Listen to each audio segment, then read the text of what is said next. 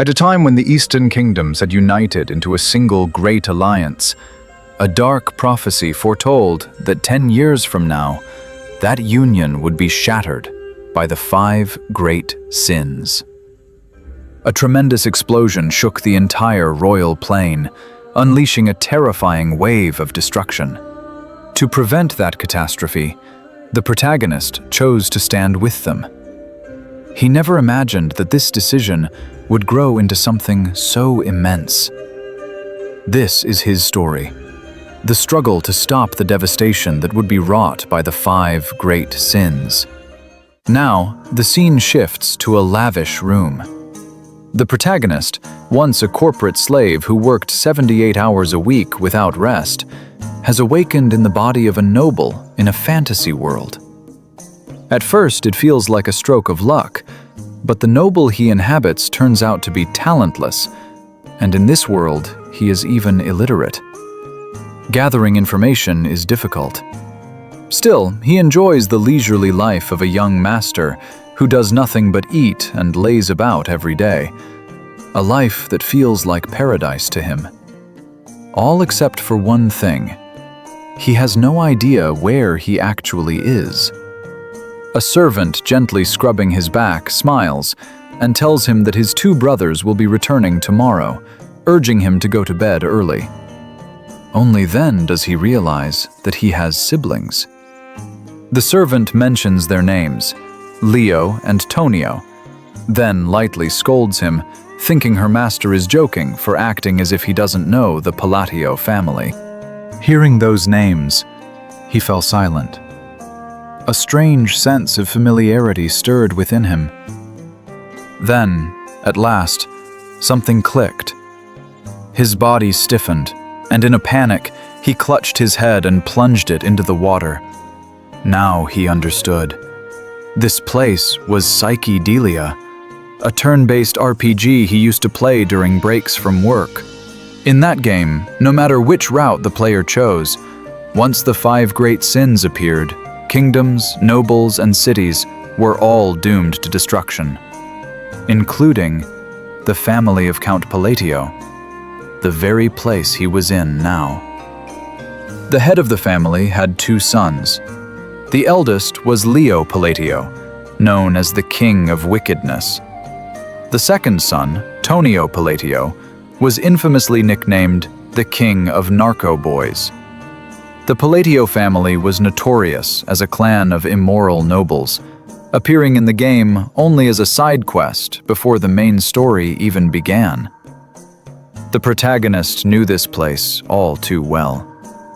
He never imagined that, out of all possible outcomes, his new life would begin in the Palatio family, the first to be wiped out by the 5 great sins. The character he now inhabited was Elon Palatio, the 3rd son of the family. Lying in bed, Elon couldn't close his eyes. He lay there clutching a blue moon flower to his chest, staring blankly at the ceiling. He felt that being a corporate slave working 78 hours a week would be better than enjoying a luxurious life destined to vanish 10 years from now. In fact, it felt even worse than hearing the news of a full month's salary being delayed. Sorrow weighed heavily on his mind as he realized he had become a character with no advantages whatsoever. Even though in the stories he'd read, transmigrators always received extraordinary bonuses. Still, he quickly snapped out of it. He had one remaining edge: his knowledge of the many events that would unfold over the next 10 years. That meant he only needed to eliminate the cause of the destruction ahead of time. From there, his resolve took shape. He would reform the 5 great sins to preserve a peaceful, noble life. Since the great sins were still children, he believed it was still possible. But a harsh reality soon followed. He himself possessed no special abilities. 2 months passed. In the same room, Alon received a report from his guard, Evan, stating that he had rescued a group of orphans from what had once been a human experimentation laboratory. Among them, Evan had already entrusted the management of the newly established orphanage to a girl named Utia. Alon gave a small nod, saying his instincts had been right and praising Evan for the precision of his actions. However, the guard only looked at him uncertainly, tilting his head as he asked whether that had truly been a compliment, because his master's expression remained flat, unchanged. Suddenly, Alon curved his lips into a hopeless smile, a faint expression that looked more like a complaint than happiness. He resolved that from now on, he would rely on Evan more often. The guard merely nodded in response, admitting that he still wasn't used to his master's crazy smiles that appeared without warning.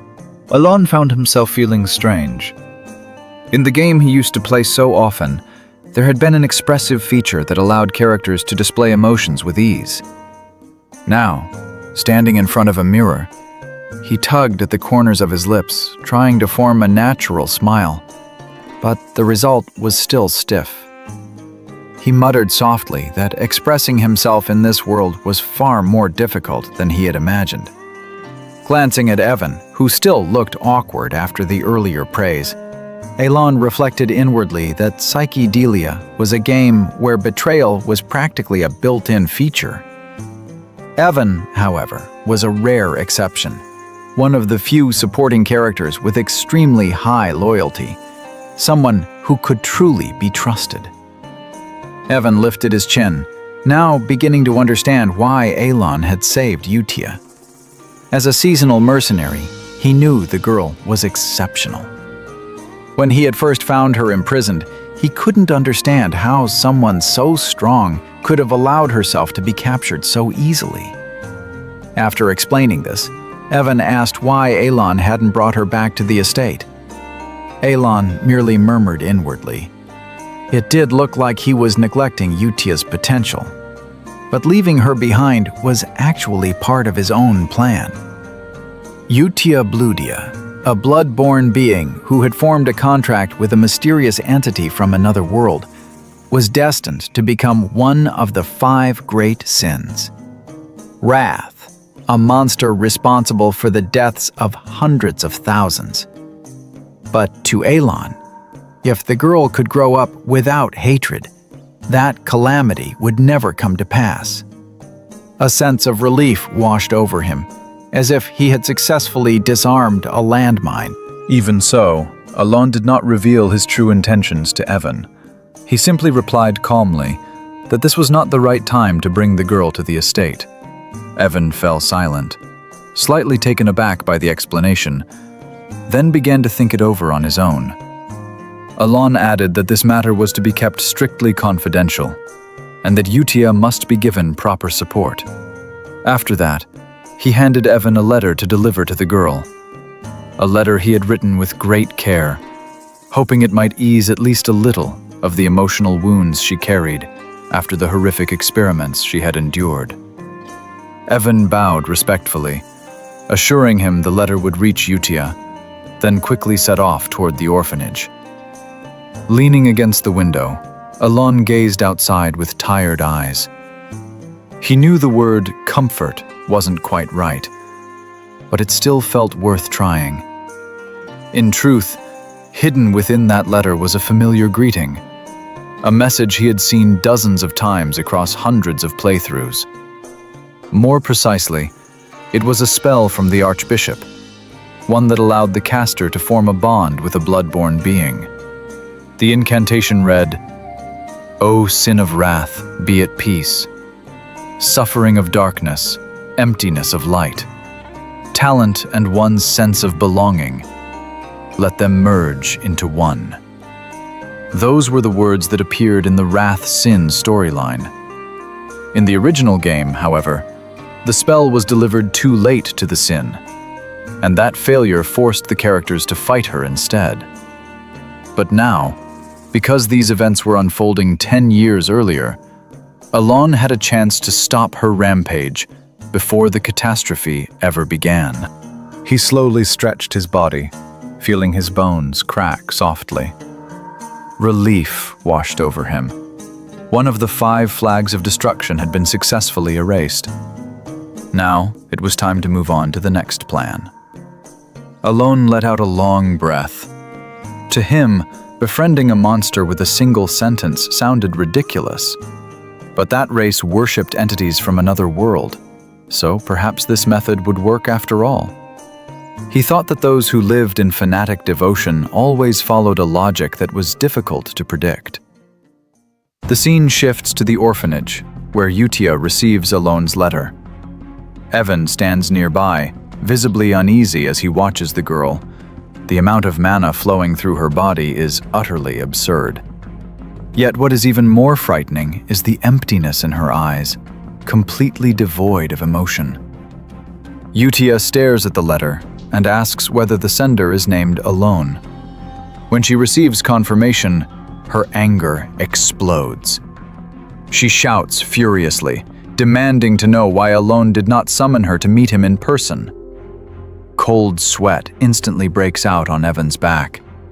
He can feel the surge of mana manifesting tangibly, something only true masters should be capable of. For a brief moment, Alone's face flashes through his mind. He quickly steadies himself and calmly says that now is not yet the time for them to meet. Hearing that, Yutia's emotions gradually settle. The spell woven into Alone's message has taken effect. She clutches the letter tightly, a strange sense of peace enveloping her. Only she and her master understand the meaning of that oath, and now she truly understands Alone's intent. Evan was already poised to draw his sword, standing guard in case the situation took a turn for the worse. Meanwhile, Yutia looked positively radiant, hugging the letter as if she had just received her very first love letter.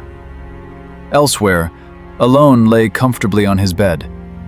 He felt satisfied, having successfully extended the luxurious life he was now enjoying. Even the moonlight outside the window seemed to cheer him on that night. The next day, chaos broke out. Alone was buried under a pile of books while searching for something in the library. He groaned in frustration when he still couldn't find the book he needed, muttering that looking for clues about the third boss was giving him a headache. Before long, Evan arrived with a report, saying he had rescued the second child Alone had mentioned. With a lump on his head, Alone quickly turned and asked whether Evan had made sure the child was being treated well. Evan nodded firmly, saying he had done his best. Suddenly, the library doors slammed open. A man strode in with rough steps, Tonio Palazzo, the second son of the family. He approached Alone with a scornful gaze, laughing as he mocked how an illiterate like Alone dared to touch books. When Alone remained silent, Tonio pressed him, demanding an answer. Inwardly, Alone muttered that his older brother was truly irritating, making him want to punch that smug face. Yet, instead of retaliating, Alone politely dropped to one knee and asked for permission to leave the library. Before he could get far, a knife suddenly shot through the air, slicing past Tonio's face before embedding itself in the wall with a sharp crack. Someone emerged from the doorway, Leo Palacio, the eldest son. In a flat voice, he remarked that his younger brothers were being too noisy. He warned them that he didn't want to see blood spilled in the morning. Tonio and Leo immediately grabbed at each other, trading insults as a tense, hostile aura filled the room. Meanwhile, Alone slowly crawled his way out, careful not to draw any attention. As he moved cautiously, he muttered to himself that the Palacio family disappeared quickly in the game, but their power was far greater than he had ever imagined. In short, those two bastard brothers were fighting over the position of head of the family. The first candidate, the king of prostitution. The second candidate, the king of narcotics. Alone knew that once those two were involved, he couldn't afford to provoke either of them. So he was more than happy to play it safe, acting as the weak, incompetent bastard son. Alone was soon back in his room. He looked exhausted, slumping weakly against the sofa with half-lidded eyes. Evan stood before him and delivered his report, saying that the second child he had rescued was no ordinary child either. Evan's gaze was filled with disbelief as he looked at the frail man in front of him, someone who seemed utterly unreliable, yet had somehow managed to locate an illegal slave market and uncover secret experiments in another territory. Alon could only slump weakly, his body nearly devoid of strength. He let out a quiet complaint, saying how utterly exhausted he was after the day he'd had. Evan, in turn, voiced his own thoughts, remarking that Alon was a strange man, someone who sent abandoned children to orphanages instead of taking them in himself. In his mind, Alon murmured softly that the children he had saved were no ordinary children, but individuals who existed on a completely different scale of power. Within the Allied Kingdom, made up of several nations, the Central Kingdom was their place of origin, and the child Alon had just rescued from the illegal slave market turned out to be the second boss in Psychedelia, Deas Makalian. After being sold as a slave and tortured wherever he was taken, the boy eventually became the embodiment of one of the 5 great sins, the sin of sloth. He would go on to destroy entire kingdoms in ways more horrifying than anything humanity had ever conceived. That part of the story left many players speechless, unable to say a word in the face of his brutality. Yet, contrary to his title as the Sin of Sloth, Deas was known as a tireless worker, someone who repaid every debt and mistake many times over. That was precisely why Alon had instructed Evan to treat him with the utmost care. Once again, Alon reaffirmed his reason for sending the boy to the orphanage. For now, the timing simply wasn't right. Evan gave a small nod. He had already anticipated that answer. Still, he asked whether the letter Alon had sent to Utia had anything to do with the second child. Recalling the contents of the earlier letter, Alon answered casually that it was indeed related, though padded with a bit of small talk.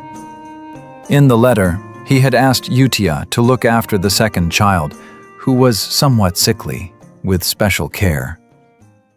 The scene now shifts to the orphanage. The second child, named Deas Makalian, stands alone in a corner of the courtyard, separated from the other children. Dusk slowly settles in, the sky darkening, yet Deas remains outside, motionless and silent.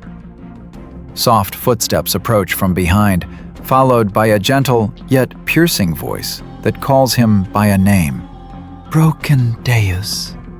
The one who appears is Utia Bludia.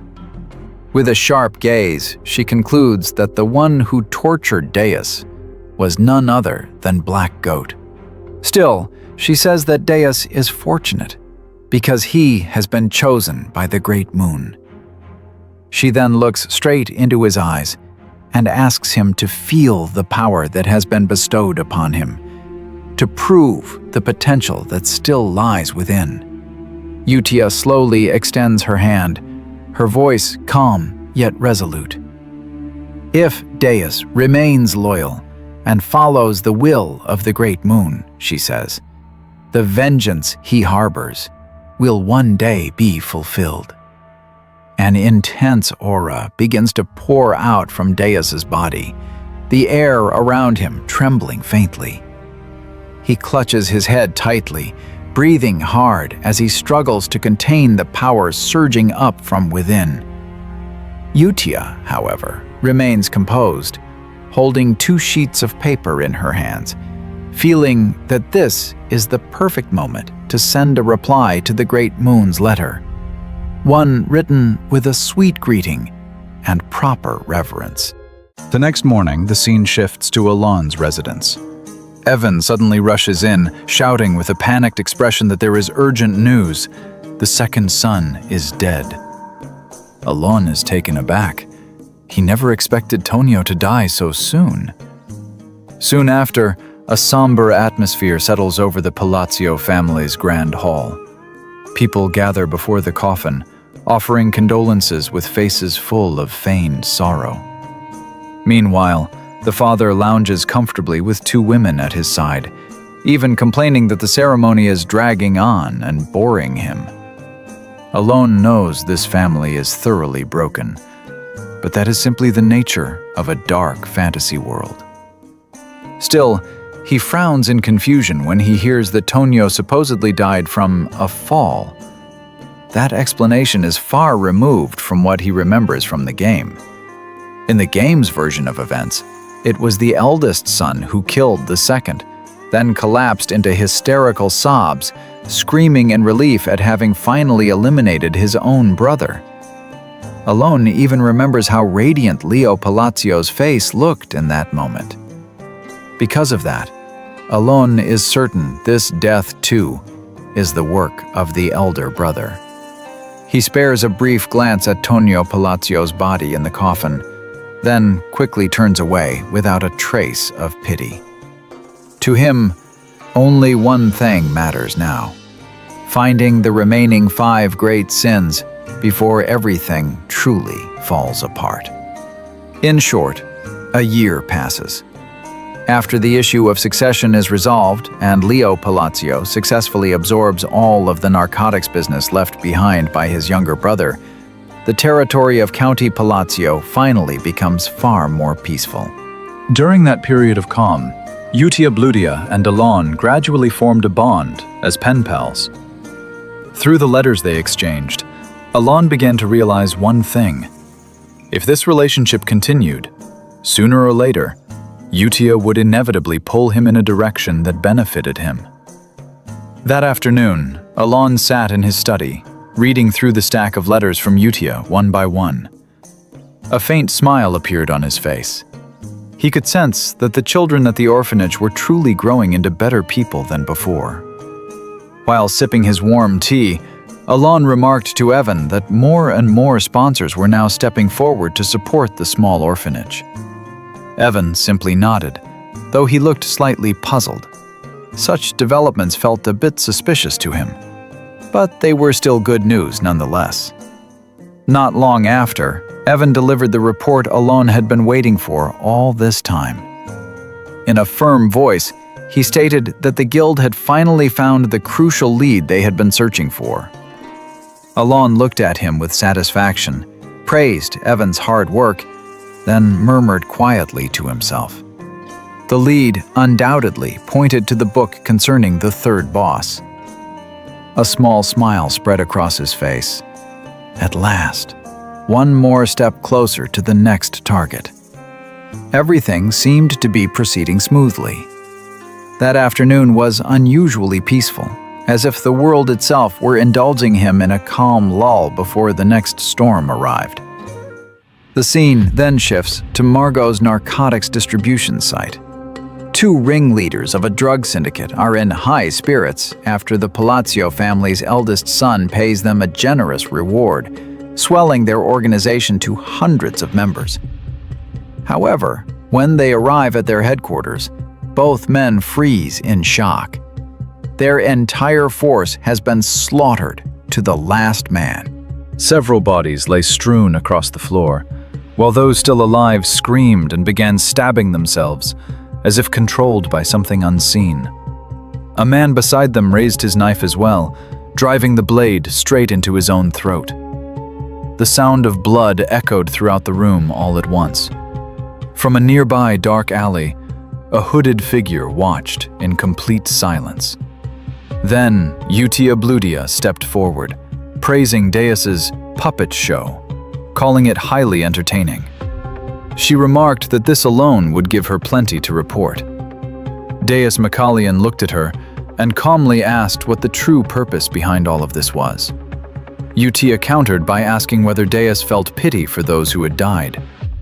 Deas replied that he did not, because they had done nothing but oppress others to produce narcotics. Still, he wanted to know whether this would truly help fulfill his revenge. With a casual wave of her hand, Utia answered that of course it would. Everything she was doing was meant to prepare a place for that person to return, because she did not want them to see somewhere this filthy.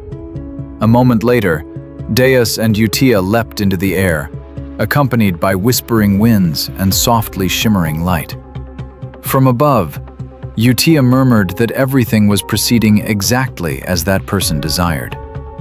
The slaughter site then erupted in a brilliant glow. When the light finally faded, every corpse was gone, replaced by a moon-shaped mark carved into the stone ground. In a flat voice, Utia declared that from this moment on, they would become the sword of the great moon. 2 years had passed since Elon became Utia's pen pal. Inside the grand estate, a weary Evan searched for Elon until he finally found him in the backyard, practicing magic. Soft, magical light shimmered in the air as Elon swung his hand. Lying on the grass, Evan raised a thumbs up and said that the 5th child had been safely delivered to the orphanage. Elon froze instantly.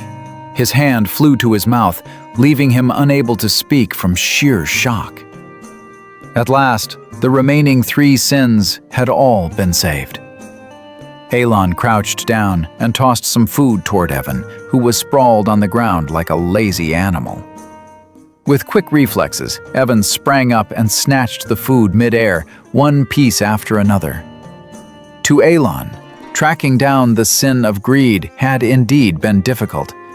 But thanks to his gamer's knowledge and Evan's hard work, everything was finally resolved. Elon praised Evan for completing the grueling task of traveling from place to place, then granted him permission to rest for a while. Still curious, Evan asked whether the orphanage mission was truly over. Elon nodded, confirming that it was finished. Hearing that, Evan lay back down in relief, though he remained puzzled by his master's expressionless face. Elon replied calmly that he was happy, pointing to his lips that struggled to form a smile. Beneath the blazing sun, he stretched his body and then lay down on the grass as well. He hadn't expected everything to go this smoothly. The bosses in the game Psychedelia, known as the 5 Great Sins, had once been nothing more than humans with dark pasts. Even though this was happening before they fully became great sins, the chance of saving them completely had never been certain. He had even worried that he might be forced to help them only after they had already fallen into total chaos. Staring up at the sky, Elon asked about the state of the orphanage.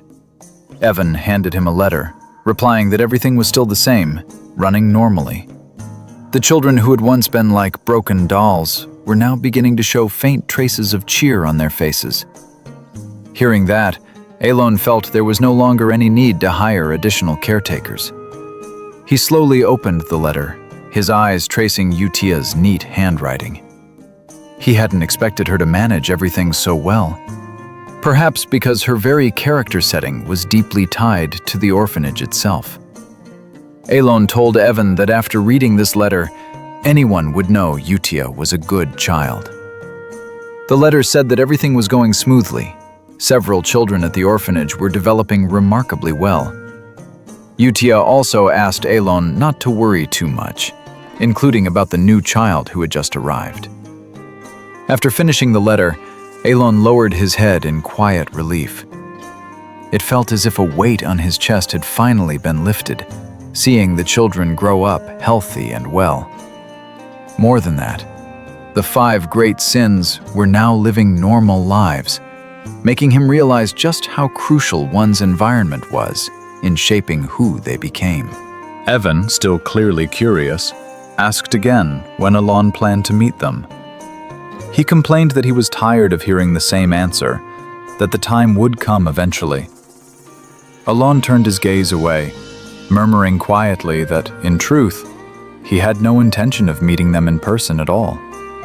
He knew it would be better to stay close to them, but the process of becoming a great sin in the future was too tragic and horrifying. Their personalities, just like in the game's flashbacks, had been shaped since childhood. Now, Alon had saved them before they ever awakened, so things should turn out better, though a lingering fear still remained in his heart. After a brief pause, he answered that he might meet them in about 5 years. Alon let out a long sigh. Under his breath, he muttered that in this dangerous fantasy world, what he needed most right now was at least some ability to protect himself. He was grateful that he possessed a small amount of magical talent, even if it was weak. The air fell silent for a moment before Evan suddenly asked whether his master had ever heard of Blue Moon. Alon shook his head slowly, admitting he had never heard of it. Evan then explained in a serious tone that Blue Moon was a group that had recently gained notoriety for hunting down criminal organizations across various regions. Alon wasn't surprised by the news. In his view, the organization was actually doing something commendable, and he didn't feel the need to worry. After all, it wasn't part of any game setting he knew. He assumed the group would probably fade away soon, just like many other insignificant events in the game. Evan's expression turned grim as he continued. He said that not long ago, that organization had even dared to kill a noble, which was why he felt compelled to report it to Alon. Hearing this, Alon stared ahead in silence before firmly stating that starting tonight, Evan would sleep in the room next to his to stand guard. Day soon gave way to night. The scene shifts to the orphanage, where Utia Bludia sits calmly, presiding over her group's weekly meeting. Her voice is gentle yet firm as she asks for reports from each member. First, from the northern sector, Seolong, the Sin of Pride, cheerfully reports that she has taken care of the slave trader ringleaders. She even hops in excitement, saying no one recognized her, proudly showing off the outfit designed by Rene that she adores. Next is Rene, the Sin of Greed, who calmly reports that all the bodies have been buried safely. Then, from the southern sector, Radan, the Sin of Purity, states that he has completely eradicated the illegal laboratories conducting human experiments, along with the disgusting group known as Avalon, leaving not a single trace behind. Utia nods in satisfaction, a faint smile on her lips as she praises their outstanding work. In the end, everything is unfolding exactly as she intended.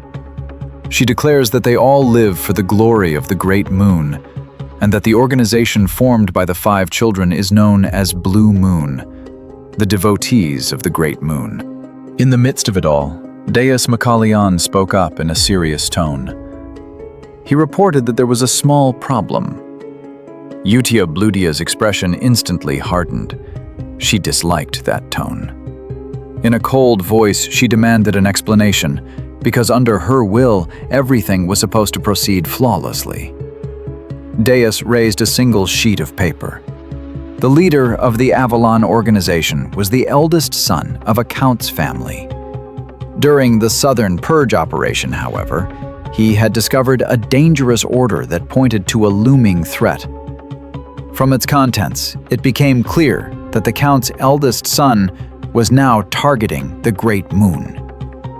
The news made Utia's face stiffen, her aura surging with fury until the air in the room felt heavy and oppressive. Everyone grew tense at once. Even Seolang, usually so arrogant, now trembled visibly. In her shaking hand, the letter bore a single chilling line. After Count Palacio dies peacefully, that person will be eliminated with poison. Reading those words, Utia's rage exploded.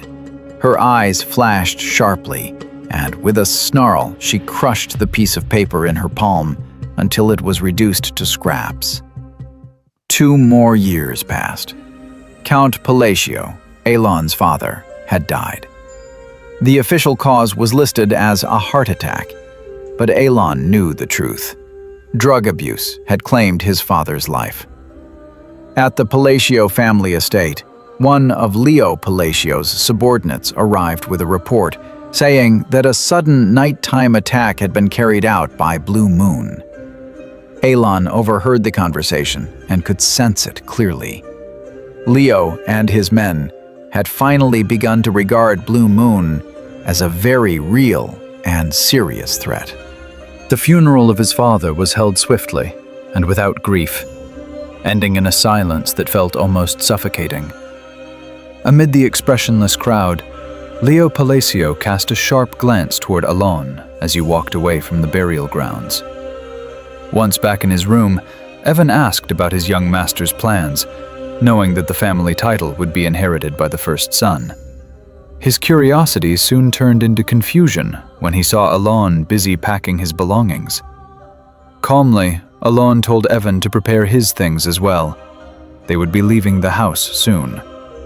Evan didn't have time to ask about the reason behind this sudden decision and immediately hurried to pack. Before they departed, Alon briefly explained that their destination lay to the south. Quick to grasp his intent, Evan guessed that they were headed for Rodmill. That very night, the two of them stepped out of the Palacio family estate. Dressed in simple clothes, suitcases in hand, they boarded a horse-drawn carriage that would take them to a small village in the southern region, Rodmill, where a new chapter of their lives would begin. From the balcony of the Palacio estate, Leo stood watching the carriage slowly disappear along the stone road. His gaze was dim and cold. In short, Alon and Evan soon arrived at their new residence. The atmosphere there was peaceful. Alon casually prepared his toasted bread, while Evan cheerfully walked around with sweet jam, ready to spread it on top. Yet that morning's calm did not last long. 3 days later, sudden news arrived, forcing them to return to the main estate to attend the funeral of the first son, Leo. Alon never expected to return to a place so steeped in the scent of blood and family intrigue. Yet a vague sense of foreboding, like a faint death flag, crept into his mind. He was genuinely confused by how suddenly the first son had died. The cause of death was said to be a sword piercing the heart, but the identity of the culprit remained a mystery. When Alon tried to ask one of the servants about it, the servant suddenly turned deathly pale and hurriedly apologized, their voice trembling. The reaction left Alon both puzzled and suspicious. Without pressing further, he decided to leave. However, before he could go far, Evan rushed over and called out to him. Seeing the seriousness on Evan's face, Alon quietly asked what was really going on. In a low, cautious whisper, Evan told him the horrifying rumor spreading through the estate. Everyone believed that Alon was the one who had eliminated Leo Palacio the night before. Time rewinds briefly to some time earlier, when Alon had been on his way to Rodmill. Inside the carriage, gently rocking along the stone road, Alon and Evan were engaged in a serious conversation. Seeing his master choose a rural life, Evan suggested that they should stay in the city instead, arguing that life there would be far easier and more comfortable. But in his heart, Alon flatly rejected the suggestion. From the very beginning, Rodmill had been the final destination of all his plans. He had saved the 5 great sins from their tragic fates, and, in doing so, prevented a future where the world would be destroyed. To Alon, Rodmill was not merely a remote place. It was a region completely detached from the original storyline. There even stood Villa Palazzo, a place he considered perfect for starting a new life as a noble, where he could finally savor a peaceful and sweet existence. Gazing out the window, Alon replied calmly that there was always a reason behind every decision. Evan, his lips slightly puffed out, responded with mild irritation, knowing his master always said the same thing whenever he didn't want to explain further. Meanwhile, from the balcony of the grand estate, Leo Palacio watched the carriage depart in the distance. A question crossed his mind. Should he eliminate Alon? To Leo, his younger brother had already become useless. He had even planned to poison him after their father's death. But now that Alon had quietly left for the borderlands, that plan had lost its purpose.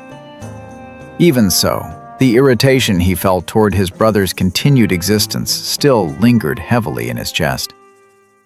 In a cold voice, Leo ordered Alaman, his personal guard, to follow Alon's carriage.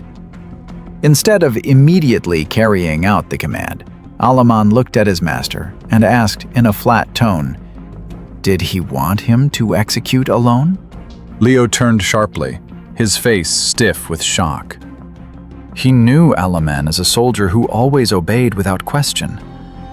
Confusion crept into his eyes as he tried to understand why his guard would suddenly dare to ask something like that. A sharp sound tore through the air. A sword pierced straight through Leo's chest, blood pouring out and soaking his prized garments. His body convulsed violently, eyes wide with disbelief, lips trembling as he weakly asked, why Alaman would dare betray him? Calmly, without a hint of hesitation, Alaman replied that he was simply enjoying the war unfolding before him. Yet within his flat tone lay a shocking truth. Alaman was nothing more than an alias. His real name was Haidan, a covert member of Blue Moon. His gaze sharpened, cold as tempered steel. He declared that his faith had been inherited from Red Moon, and that Blue Moon was its blade.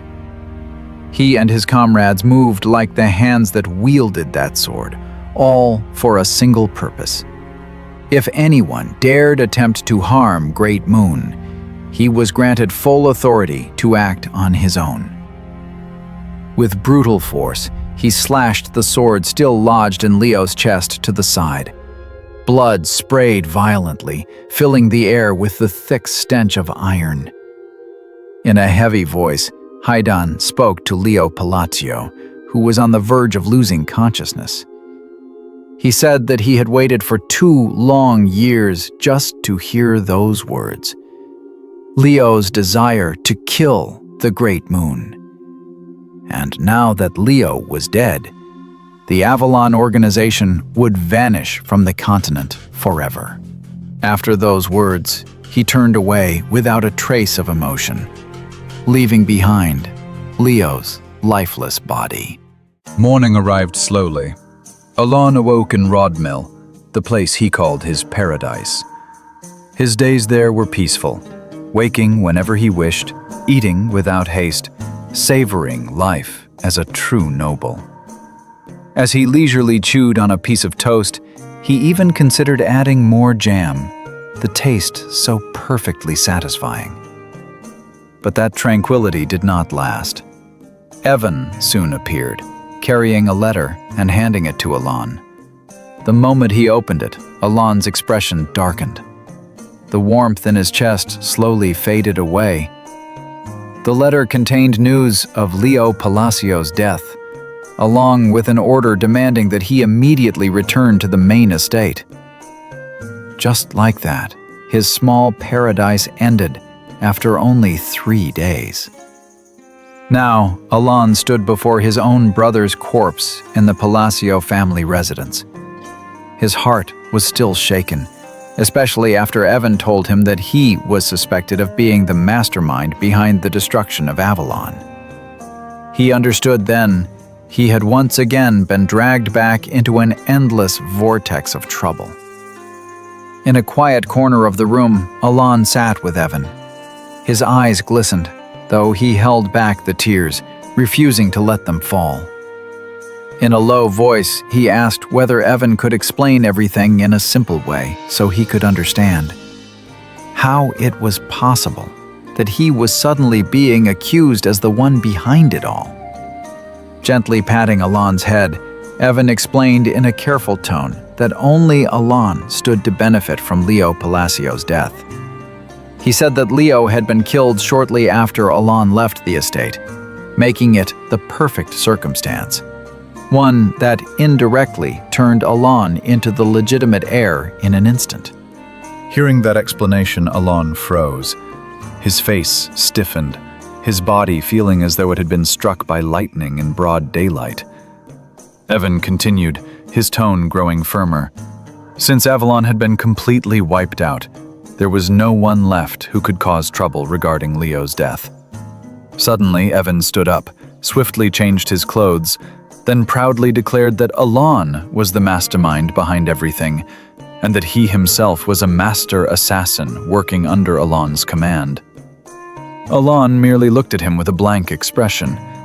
He pressed his fingers against his temple, trying to calm the sudden headache pounding through his head. He was utterly confused, unsure where to even begin.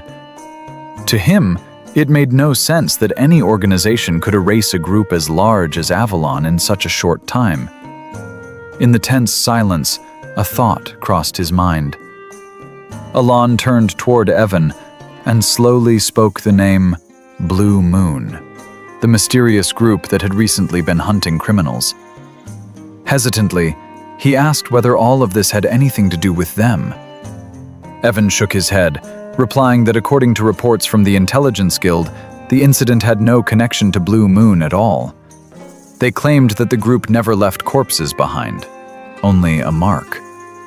However, Evan added one unsettling detail. Every member of Avalon had been killed by a sword, and witnesses described the scene as resembling hell itself, torn open before their eyes. Alon's body began to tremble violently. He swallowed hard, struggling to accept the fact that all of this had led to him being branded as a grand mastermind, one who supposedly commanded a sword master as his subordinate. He knew better than anyone that in the original game's storyline, Blue Moon never even appeared. That small group was meant to disappear long before the main story ever began. So who exactly was pulling the strings behind all of this? The scene shifted to the orphanage. Utia stood at the center of the room, her sharp gaze sweeping over each member in turn. She asked whether any of them had left behind traces. Ryan answered calmly that there were none. Silong echoed the same, only adding, almost casually, that the number of corpses had been overwhelming. Deas then reported that Avalon's forces had been reduced to just 486 people. Meanwhile, Radon chimed in with a faint smile, remarking that just as the boss had said before, they had split everything cleanly in two. Utia smiled softly, rubbing her face as she praised their work, her voice gentle yet brimming with satisfaction. The narrator spoke in a heavy tone. Avalon, the massive organization that once ruled the kingdom of Asteria, had vanished in a mere 5 days, its entire might reduced to ashes. Radon then stepped forward, approaching Utia with a set of documents in hand. Calmly, he reported that the purge was not yet complete. At that, Utia frowned slightly, looking at him with curiosity as she asked what he meant. Radon explained that he had uncovered the names of other nobles directly tied to Avalon, and that the region of Altia appeared to be deeply entangled in that network. A powerful aura slowly seeped out from Utia's body. With a sharp gaze, she declared that her companions surely already knew what she wanted next. In an instant, tension gripped the room. The members of Blue Moon responded with burning fervor.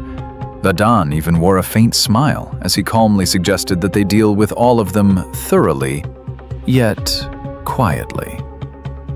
Utia let out a long breath, forcing herself to settle down. Her smile gradually returned as she asked in a softer tone whether the Intelligence Guild was also secure. Ryan replied that everything was under control. They harbored not the slightest suspicion toward Blue Moon. Deas added that every guild was spreading the same story. They believed the incident was nothing more than a hellscape created by a single swordmaster. Ryan then suggested tightening surveillance. Utia nodded slowly and emphasized that this matter must never reach the ears of Great Moon. Hearing that, Deas spoke quietly. In his view, all of this had happened because a relative of that person had tried to kill Great Moon first, so their eradication had been inevitable. However, Yutia did not seem fully convinced. She looked at them coldly and stated firmly that this time, the action had not been ordered by that person. Her voice rose slightly as she said that Blue Moon was a sword, and a sword should never think for itself. She ordered them to remember that well, because that person knew everything, and they must never disappoint them. Those words left Deas silent for a long time. In his mind, he could not understand why someone as powerful as Yutia could appear so restless and uneasy, merely out of fear of being discovered. Yet after a moment of reflection, he answered firmly that he would act exactly as ordered. Everything he did, he said, was for the sake of Great Moon. Before long, the day changed. Alon could be seen slumped over his desk, asleep amid scattered books and loose sheets of paper. Slowly, he lifted his head. Tears slid down his cheeks as he muttered weakly that he could not endure it anymore. Since the funeral, he had been relentlessly busy for an entire month. All he had ever wanted was to relax and enjoy life the way a noble was supposed to. Yet despite the resentment directed at him, Leo's death was something that should not have happened for another 6 years. Now, the flow of the game's world had been completely thrown off. With no one else left, all the family's responsibilities had fallen squarely onto his shoulders as the sole heir. The servants entered the office carrying stacks of books. Alon lowered his head wearily, puzzled by how hard they were working. Back when Count Batalio was still alive, those same servants often lazed around and cut corners. Now, everything was different. The reason was obvious. They were working themselves to the bone out of fear. None of them wanted to offend Alon, the cold-blooded heir rumored to have disposed of his own brother. Alon was well aware of it. He knew the rumors surrounding him had made everyone tense. In his heart, all he wished for was that they would simply handle their duties properly, without causing him any more trouble. Time continued to pass. Inside one of the rooms, Evan was grilling meat while watching Alon with a serious expression. He said there was something he needed to tell him.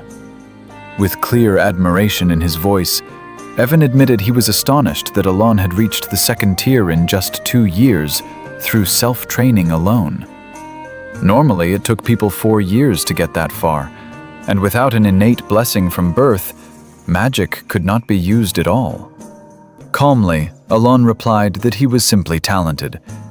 Yet, deep down, he knew the real reason. He had been training defensive magic relentlessly, driven by an anxiety that never truly faded. That technique demanded extremely delicate mana control, and although he had come this far, he was painfully aware that his strength was still insufficient. He had only mastered about half of it. When he first arrived in this world, Alon had never imagined he would actually be able to use magic in a fantasy realm. Just realizing that fact had made him happy. He believed that if his plans went smoothly, no danger would ever threaten him again. All he needed to do was study calmly and train on his own. Lately, however, with survival becoming his top priority, he had come to realize a bitter truth. His mana core was incredibly small. That realization filled him with despair. A person's mana core, something determined at birth, was much like an athlete's physique. It was decided from the very beginning, and his own was painfully small. So limited that no amount of harsh training could ever compensate for it. Even so, he still had one final plan left to strengthen himself. Not long after, Evan took out a letter and informed Alon that an invitation to a ballroom party had arrived. Alon could only stare at it in confusion. He had no idea where such a sudden invitation had come from. The scene shifted. At the luxurious residence hosting the ball, Alon and Evan appeared in elegant, noble attire. Alon let out a long sigh, worn down by the mountain of work that had piled up on his shoulders. The party was a regular social event meant to strengthen ties among the nobility, held in the southern region of the Kingdom of Asteria. Since he would soon be formally appointed as a noble, Alon intended to use this opportunity to build connections. To him, maintaining good relationships with other nobles was essential for securing a peaceful future. Yet the moment he tried to mingle, a problem arose. Everyone began to avoid him.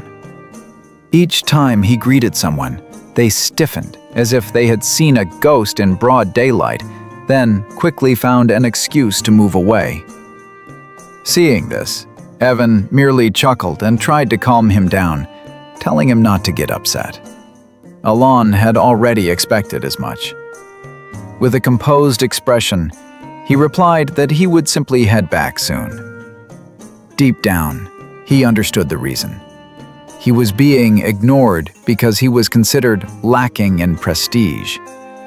Unlike the era when his great-grandfather's name had once been revered, the Patalio family had now become nothing more than an embarrassing name from the eastern regions.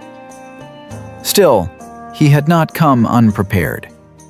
Alon picked up a glass of wine from a nearby table, resolve settling in his eyes. He intended to break the awkward atmosphere using the social skills he had been quietly honing all this time.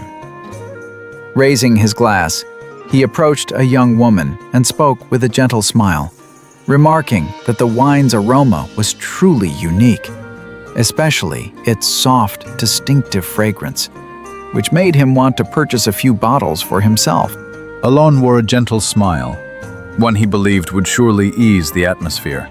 Yet in the woman's eyes, that smile looked less comforting and more like the grin of a madman, sending a chill down her spine.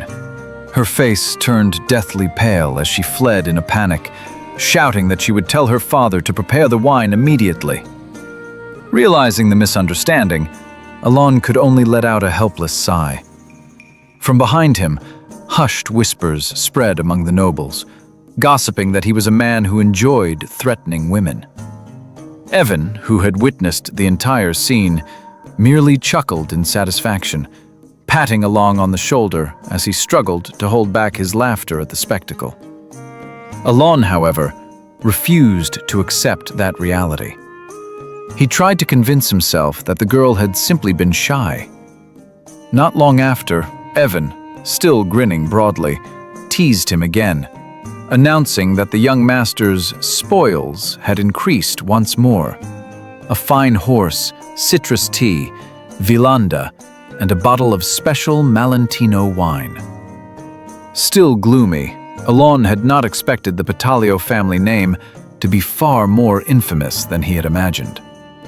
Because of the dark rumors claiming he had killed his own brother, everyone now chose to keep their distance. Exhausted, he excused himself from Evan and stepped outside in search of the cool night air.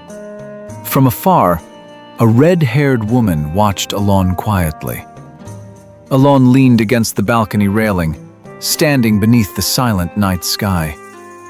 He gazed up at the stars, wondering where he had gone wrong. As his thoughts drifted, a soft female voice suddenly called out his name. Alon turned around in surprise, his heart stirred. At last, someone was willing to speak to him. Yet he did not recognize the woman at all. She introduced herself as Loria, the third daughter of the Duke Altia family. The moment he heard that family name, realization struck him. The Altia family was one of the 3 great villains in the game Psychedelia, and the woman standing before him was known as a disgrace from the eastern region. His expression darkened at once. In his mind, he muttered that anyone willing to approach him now could hardly be normal. What puzzled him, however, was that he had no memory of this girl at all. He had never even seen her in the game. With an anxious look, Loria finally spoke honestly. She begged Alon to lend her his strength, because in the near future, she would be killed. For a moment, Alon fell silent, his eyes fixed on Loria as he weighed her words. What he knew was that Loria had always lived under the protection of her father, Duke Altia. But now, the Duke was suffering from a chronic illness that was steadily consuming him, leaving the girl without her shield and turning her into a target for her ruthless siblings. Only then did Alon realize why he had never encountered her before. Because in the game's original storyline, Loria had died even before the main story began. After considering this, Alon slowly shook his head and refused her request for help. At his rejection, panic flashed across Loria's face. She hurriedly spoke again, her voice trembling, insisting that she was not asking for free. If Alon was willing to help her, She would give him half of the Altia family's fortune. Alon walked away calmly, asking Loria to stop pleading. In his heart, he muttered that no matter how pitiful her situation was, he himself was already struggling just to survive. He had no intention of being dragged into new trouble, especially when he lacked any real power to help anyone. Contrary to the rumors painting him as dangerous, he was, at his core, nothing more than an ordinary man with almost no ability to speak of. A moment later, Alon glanced back. Loria stood there with her head lowered, frustration weighing down her slender frame. He let out a long breath, stretched his stiff neck, and spoke briefly, saying that something good would surely come her way. Then, without waiting for a reply, he returned to the ballroom, hoping she would truly find a trustworthy ally. Meanwhile, on the balcony overlooking the hall, two members of Blue Moon watched Alon's movements from afar. Deas looked down and remarked to his companion that someone from the Altia family had approached Great Moon. He added that perhaps Red Moon should be informed. After all, it seemed that something good was about to happen to Loria. Rhine, however, refused calmly. There was no need, she said. If their information was correct, Loria was the only member of the Altia family with no direct ties to Avalon, which meant she was not one of Raidan's targets. To Deas, that fact only made things easier. The rest of the Altia family would soon become Blue Moon's prey anyway. Rhine nodded in agreement. By Red Moon's order, their focus remained unchanged, to sever every line of information, ensuring that the Avalon incident would never, under any circumstances, reach Great Moon. Alon trudged through the center of the hall, his steps heavy. The nobles around him deliberately kept their distance, some even refusing to meet his eyes. Then, from one side of the room, a woman's gentle voice called his name. For an instant, Alon's heart stirred. A small hope bloomed. Perhaps, at last, he had found someone willing to speak to him among the nobility. That hope faded the moment he turned around. The woman standing there carried a suspicious aura, her presence oddly familiar, like a character he had once seen in the game. With a blank expression, Alon immediately concluded that anyone bold enough to approach him first at this party was certainly not a normal noble. Still, he greeted her politely and softly, calling out her name, Zenonia. The woman's eyes widened in surprise. She clearly hadn't expected Alon to recognize her so easily. Calmly, he explained that Zenonia was the name of a noble house well known throughout the kingdom of Asteria. In that kingdom, three great forces of evil were said to exist. In the north, the Altia family. In the east, the Palatio family. And in the west, the aberrant figures of the Zenonia family. And now, standing before him, was Kalia, the eldest daughter of Count Zenonia. If the Palatio family was known as a gang, then the Zenonias were more like a corporate-style syndicate, organized, calculating, and treacherous. Anxiety crept into Alon's chest. All he wanted was a few connections to live a peaceful life, not to be dragged into another dangerous web of power. His life was already half in ruins, and for the sake of what little peace he had left, he knew one thing for certain. He could not afford to get involved with people like them. Alon bowed with practiced elegance, offering a refined noble's compliment on Kalia's beauty. She responded with a sweet smile laced with cunning, then asked if he would speak with her privately for a moment. Maintaining his courtesy, Alon agreed in principle, but declined for now, calmly explaining that there were too many eyes watching them. Hearing his cool response, Kalia's lips curved into a faint smile. She remarked that Alon truly was exactly as the rumors described, then turned away and left, abandoning him with a lingering sense of confusion over her words. From a distance, Rhine continued to watch Alon with sharp, unblinking eyes. She reported that all information related to the Avalon incident had been completely contained. Deas, standing beside her, replied in a heavy tone. There was now something new they needed to worry about. Beyond the hall's windows, someone was watching Alon relentlessly, their gaze never leaving him. Rhine and Deas moved at once.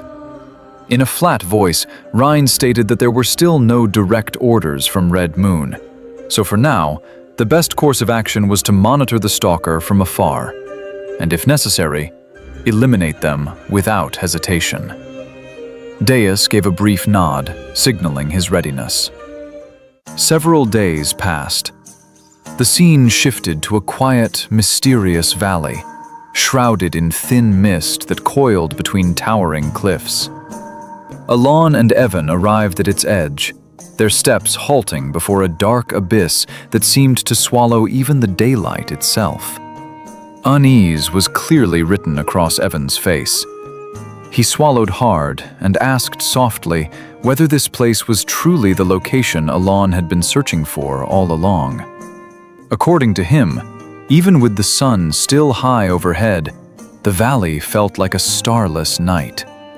Deep, suffocating, and utterly lightless. Alon's eyes were dull and shadowed from exhaustion, dark circles etched deep beneath them. Yet the light of determination still burned within. He clenched his fist. At last, he had found his true objective. They advanced along a narrow path wedged between jagged cliffs. Every stone they passed was carved with ancient, magical scratches that glimmered faintly, giving the eerie impression that the place itself was still alive. Alon murmured under his breath, recalling how effortlessly this location could be found in the game. In truth, there was only one reason he had gone through the trouble of disguising himself and traveling this far. The Labyrinth of Whispers, a labyrinth hidden in the southern region, infamous for the complex riddles scattered across its 8 chambers. Those who solved them all would be rewarded with a priceless artifact. Alon still remembered every single step of the guide by heart. And now, it was time to enjoy what he fondly thought of as Level 1 grinding in the real world. Before long, they reached the end of the path. A colossal gate loomed before them, sealing the entrance to the labyrinth. Alon stared up at it in awe. He never imagined he would one day see this door with his own eyes, the very door that once existed only on a game screen. Back then, he had grown sick of exploring this place over and over. But now, it felt entirely different. As if this valley had been created solely for him. Evan fixed his gaze on the massive gate, curiosity filling his expression. At last, he asked how Alon could possibly know about a hidden place like this. Without thinking, Alon replied quietly that he used to come here often. Evan froze in confusion. Realizing what he had just said, Alon quickly waved it off with an awkward cough, claiming it was only a joke. Then, In a calm voice, he added that he simply had his own ways of discovering places like this. A swarm of monsters circled through the darkened sky above the valley, their wings slicing the air with a shrill whine, only to be met by a sudden dwar. A colossal hand rose between the cliffs and slammed into them with brutal force, sending blood and shattered bodies spraying into the air. Evan looked up, his face taut with tension, and muttered under his breath that if his master filled in even a single answer incorrectly, the two of them would be crushed like insects by that hand. Elon, meanwhile, remained calm as he faced the massive stone tablet before him. His fingers moved with steady confidence, inscribing symbols across its surface as he unraveled the riddle carved into the stone. Evan could only stare at his master in disbelief. How could someone stay this composed in the midst of such danger? They had been together for 4 years now, yet Evan still couldn't understand the man. None of the missions they had undertaken ever seemed connected, delivering trivial messages, rescuing orphans, and now venturing into this bizarre valley. What baffled him even more was how Elon knew of this place's existence when he had scarcely ever left his own home. Before long, Elon pointed toward the massive stone door and allowed himself a faint smile. He had solved the puzzle. The next moment, the door slowly creaked open. From the widening gap poured a warm, golden light, revealing heaps of gold, glittering jewelry, and radiant artifacts spread across the stone chamber. Evan stood frozen in awe. Elon, however, fixed his gaze on only one thing: a stone hand adorned with rows of rings, and among them, a single black ring hanging stiffly in place. That was his true objective. Evan, already carrying several gold bars, asked in confusion whether his master was really only after that small ring. Still staring at it, Elon replied that taking anything else would only invite trouble. He told Evan to put all the gold back where it belonged. The ring was called Constraint, the object he had been waiting for all this time. As they walked out of the chamber, Elon calmly said there was nothing to worry about on their way back. Yet as he followed behind Evan, he murmured under his breath that everything felt too easy. And right after that, Evan's face stiffened. He stared straight ahead, his body trembling, and asked his master if he could see it too. A swarm of gigantic golems stood in their way, completely blocking the exit. Evan hurriedly drew his sword, his entire body tensed. He knew the enemy could attack at any moment, and his thoughts narrowed to a single concern: how to get Elon out of this cursed place alive. But amid the tension, Elon stepped forward instead, utterly calm. He looked straight ahead and told Evan to leave everything to him. Before them stood a line of massive golem knights, their towering forms clad in stone armor that emitted a faint glow from the magic runes embedded within. The golems began to draw their enormous weapons. The heavy scrape of metal and stone grinding against each other echoed through the air. Evan shouted in panic, warning that second-tier magic would never be enough to deal with monsters of that caliber. But Elon did not flinch. He slowly raised his right hand, and black light shimmered from the ring on his finger. Constraint. In an instant, the air around them trembled, and the world itself seemed to stop moving. In an instant, Elon's consciousness was torn from his body. He found himself drifting within a strange space, endless darkness, as though he were floating among the stars beyond the void of the universe. Amid the silence, an unfamiliar voice echoed, deep and weighty, calling him, a fragment that had inherited the will of Nyarlala. The voice then demanded that he declare 2 constraints, 2 limitations he wished to impose. A chill ran down Elon's spine. In the game, this moment should have appeared as nothing more than a selection window. But the voice he heard now felt real, vivid and overwhelming, as if it belonged to a primordial entity reaching across space and time. He understood then. This was no game illusion, but the true power of the artifact itself. Constraint was an absorption-type artifact, capable of granting immense power in exchange for the user's freedom, bound by limitations of their own choosing. The alien voice resonated again, calm yet absolute, demanding his answer. Alon drew a long breath and declared his first restriction. In all magic, the Babylonia hand seals must be used without exception. The mysterious presence asked what power he desired in return. Calmly, Alon replied that he sought the ability to slightly bend the laws of the world. The voice did not refuse. Instead, it felt as though the universe itself acknowledged his words, granting its consent, sanctioning Alon's first step beyond the limits of humanity.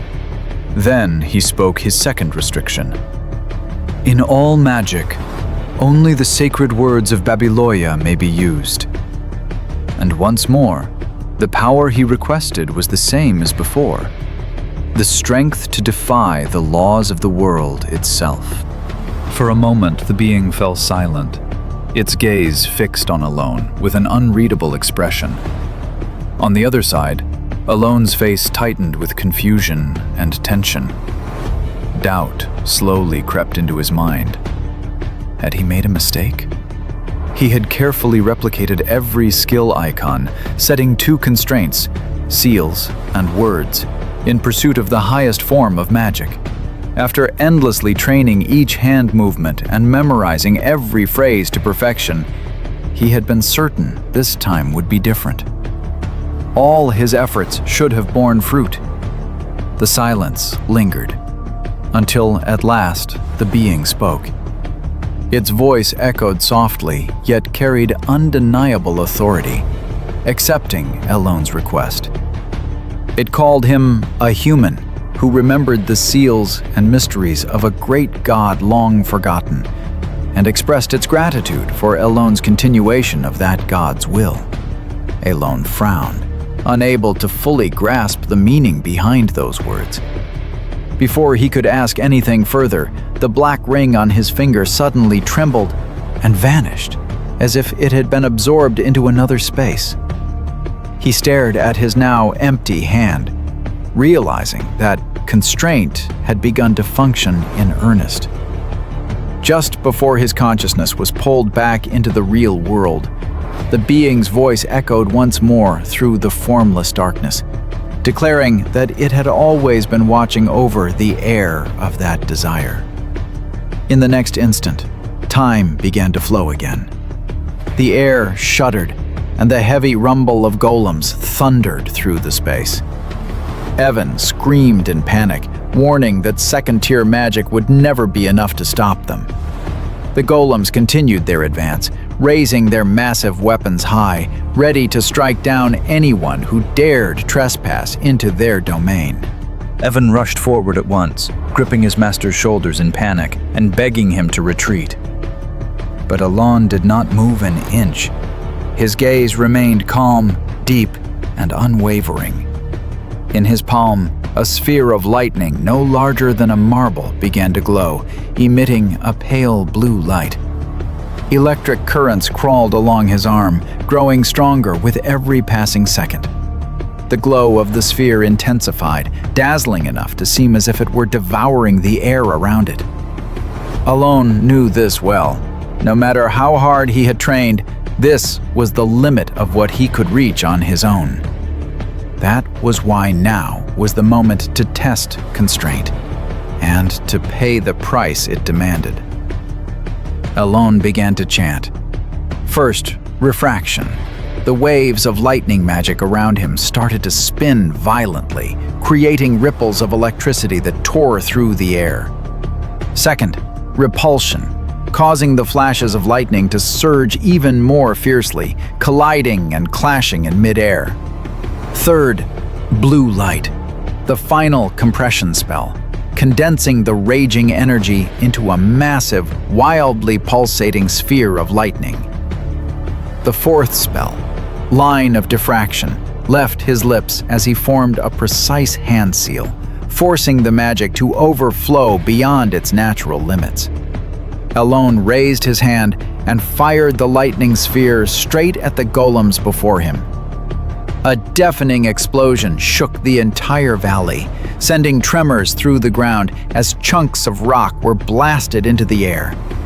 Evan staggered, barely able to believe the overwhelming power he had just witnessed. The lightning surged forth like a blue dragon, crashing into the golems' bodies and freezing them in a storm of rampant electricity.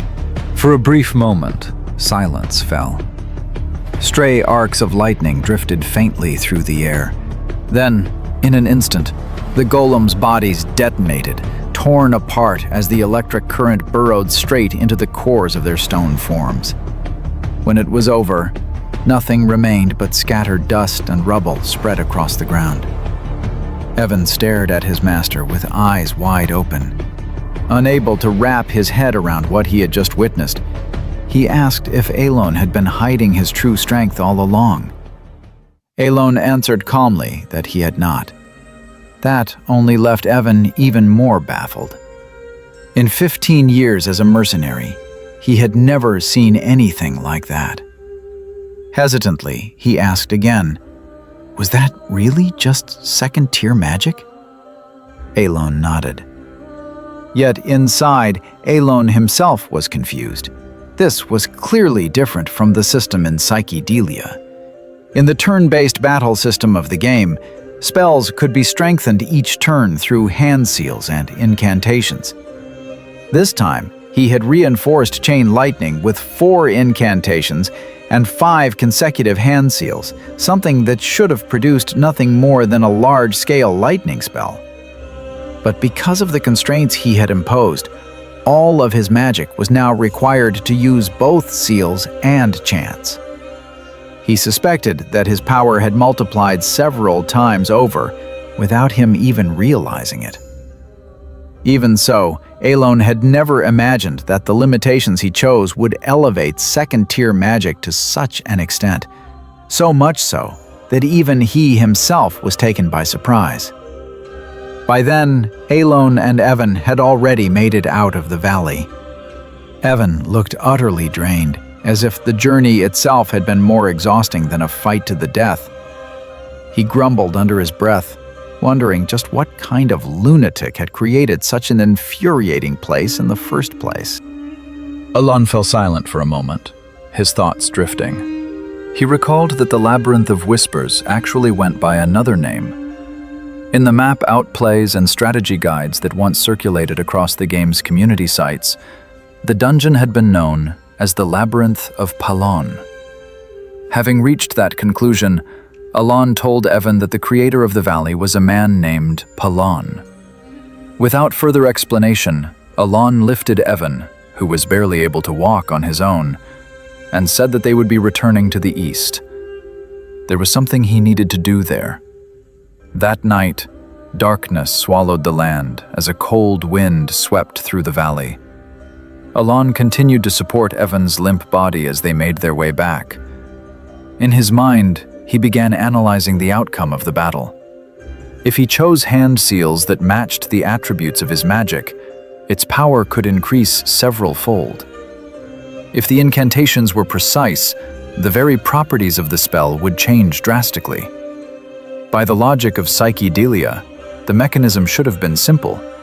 The visuals would remain the same, only the numerical values would rise. But reality was different now. He could clearly see tangible transformations in the form and behavior of his magic each time a chant was spoken. Although his mana pool was still small and severely limited, Elon suspected that his exceptionally fine mana control allowed him to perceive those changes directly. Once his mana had fully recovered, he planned to test it again, quietly grateful that, for now, everything had gone smoothly. Unbeknownst to them, someone was watching from the shadows of the hills. That figure was Rhine. After confirming that Elon and Evan had left the area, she quietly descended into the valley. Her steps were light yet cautious, until she came to a stop atop an ancient stone artifact rising through the mist. Rhine scanned her surroundings and murmured that this place was a relic from the age of the long-forgotten Outer Gods, its stones carved with ancient symbols of the Alanef Empire. As she lowered her hood, her gaze settled on a faint inscription etched into one of the massive stones. "For my friend, left behind alone by Palone the Coward." Rhine stepped closer and brushed her fingers across the cold surface. She knew the truth well. The one who halted the Black Thing's invasion and emerged victorious against Ala Kulika, the heart-devouring abomination, was the brilliant emperor Palone the Great. She possessed that knowledge because she had been born with the ancient library, a rare blessing granted to her when she was chosen for a grand mission. Earlier, she had overheard Elon telling Evan that the creator of the valley was Palone. Rhine had already known Elon was extraordinary ever since Bloody Queen Utia began following him, an event recorded only in historical texts. Even so, she had never imagined that Great Moon was a friend of Palone. Elon's casual remark had not appeared in any record within the ancient library, and that realization stirred her curiosity. Just who, exactly, was the Great Moon? Rhine fell silent for a moment. Her cheeks flushed as embarrassment welled up. She realized how blindly she had followed orders until now. But before she could sink any deeper into thought, she sensed another presence. Instinctively, she turned and found Deas standing nearby. In a calm voice, Rhine asked whether he had brought any new information. Deas shook his head and replied that the Dark One was already dead, its head severed mid-air, without leaving a single trace behind. Rhine frowned slightly and suggested that the incident be reported immediately for further investigation. The scene shifted to the territory of Zenonia family. Inside her private chamber, Kalia lounged casually, yet her thoughts were consumed by the image of Elon. She was now certain the man was far more than just a rumor. His cold, emotionless gaze, eyes dark like the abyss, everything about him had been real. She recalled Elon's remark about her family being well known. That much was true. Count Zenonia was undeniably powerful. And yet, it made no sense. Elon knew of this despite the fact that Kalia herself had never once participated in any social gatherings. Kalia rose from her seat and turned toward the desk where her father sat in silence. In a low whisper, she reminded herself that the man before her was the count of this family. With a casual snap of her fingers, black mist shimmered into existence. Her father's eyes went blank. His body stiffened, then froze completely, like a lifeless statue. Kalia stared at him without emotion. No one knew the truth, that she had already turned her own father into a puppet, allowing her to rule the Zenonia family as its true head. A faint smile curved her lips as she wondered how Elon could possibly know so much. She even began to suspect that he might already be aware of the agents she had sent out. As Kalia stepped out of her chamber, a guard suddenly came running toward her in a panic, calling out her name. She frowned, her voice flat yet sharp as she demanded to know what was going on. Gasping for breath, the guard begged her to come at once. There was something she needed to see in her room immediately. The moment the bedroom door swung open, the stench of blood rushed out to meet them. One of Kalia's servants lay sprawled on the floor, lifeless, their body soaked in crimson. The guard explained in a trembling voice that, judging by the servant's inactive seal, The victim had likely kept an important secret until their final breath. Kalia fell silent, her eyes narrowing. She had not expected the killer to be bold enough to act inside her private chambers. A smile slowly returned to her lips, this time crooked, laced with both amusement and caution. She murmured softly to herself, wondering how they had found out. That man, alone, had seen through her greatest weakness from the very first moment they met. Meanwhile, Alone was completely unaware of what was unfolding elsewhere. He was resting quietly alongside Evan, finally calming himself after the long and exhausting battle in the valley. The scene shifted to the lands of Altia. Inside a gently rocking carriage, Loria sat in silence, frustration etched across her face. She had known from the start that Alone was not someone to be taken lightly. A shadowed noble with a gaze as cold as her father's. Now she understood that making an enemy of him had been a grave mistake. Even so, though he was her last remaining hope, she also knew he would never agree to a deal that put him at a disadvantage. Loria herself had already been cast out of the family line by her siblings. With nothing left to her name, she survived only by her father's mercy. Confusion weighed heavily on her mind, leaving her unsure of what steps she should take next. The moment she stepped into the mansion, a servant's panicked scream stopped her cold. The servant came running, shouting frantically, "Lady Philene and Lord Kig! They've committed suicide!" Loria's face drained of color. Shock coursed through her veins. Those who had been ready to betray their own family had instead chosen to end their lives, something that made no sense to her at all. With a trembling voice, she urgently asked about her other siblings, Timalian and Maria. Suddenly, a shrill scream echoed from one of the rooms deeper inside the residence. Loria broke into a run, heading straight toward the sound. When she arrived, a horrifying scene unfolded before her eyes. Timalian and Marianne were stabbing each other. Their blood splattered across the floor. Loria froze, her breathing ragged. She could not comprehend what was happening. Meanwhile, atop the Altia estate, a shadow streaked swiftly through the darkness of the night. It was Radon. The man in black robes wore a faint smile as he completed his task, leaving the estate without a sound. When Loria tried to question the servants, they were already fleeing in terror, their faces pale, footsteps frantic and uncoordinated. Amid the chaos, Elon's words suddenly resurfaced in her mind, that good fortune would come her way. Only now did she understand. That man was no ordinary human. He was someone who hid his fangs, patiently waiting for the right moment to strike. A figure standing behind the shadows of the Count's family, whose true power was never openly revealed. As the meaning of Elon's words fully sank in, Loria's body began to tremble uncontrollably. That night marked the beginning of the end. She was now the sole surviving heir of the Altia territory.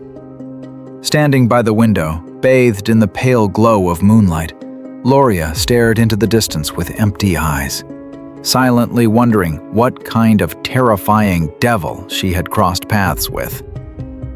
She knew there was no turning back. Anyone who dared to betray Elon always met the same fate, erased without a trace. All she could do now was move forward and bear the consequences of her own choices.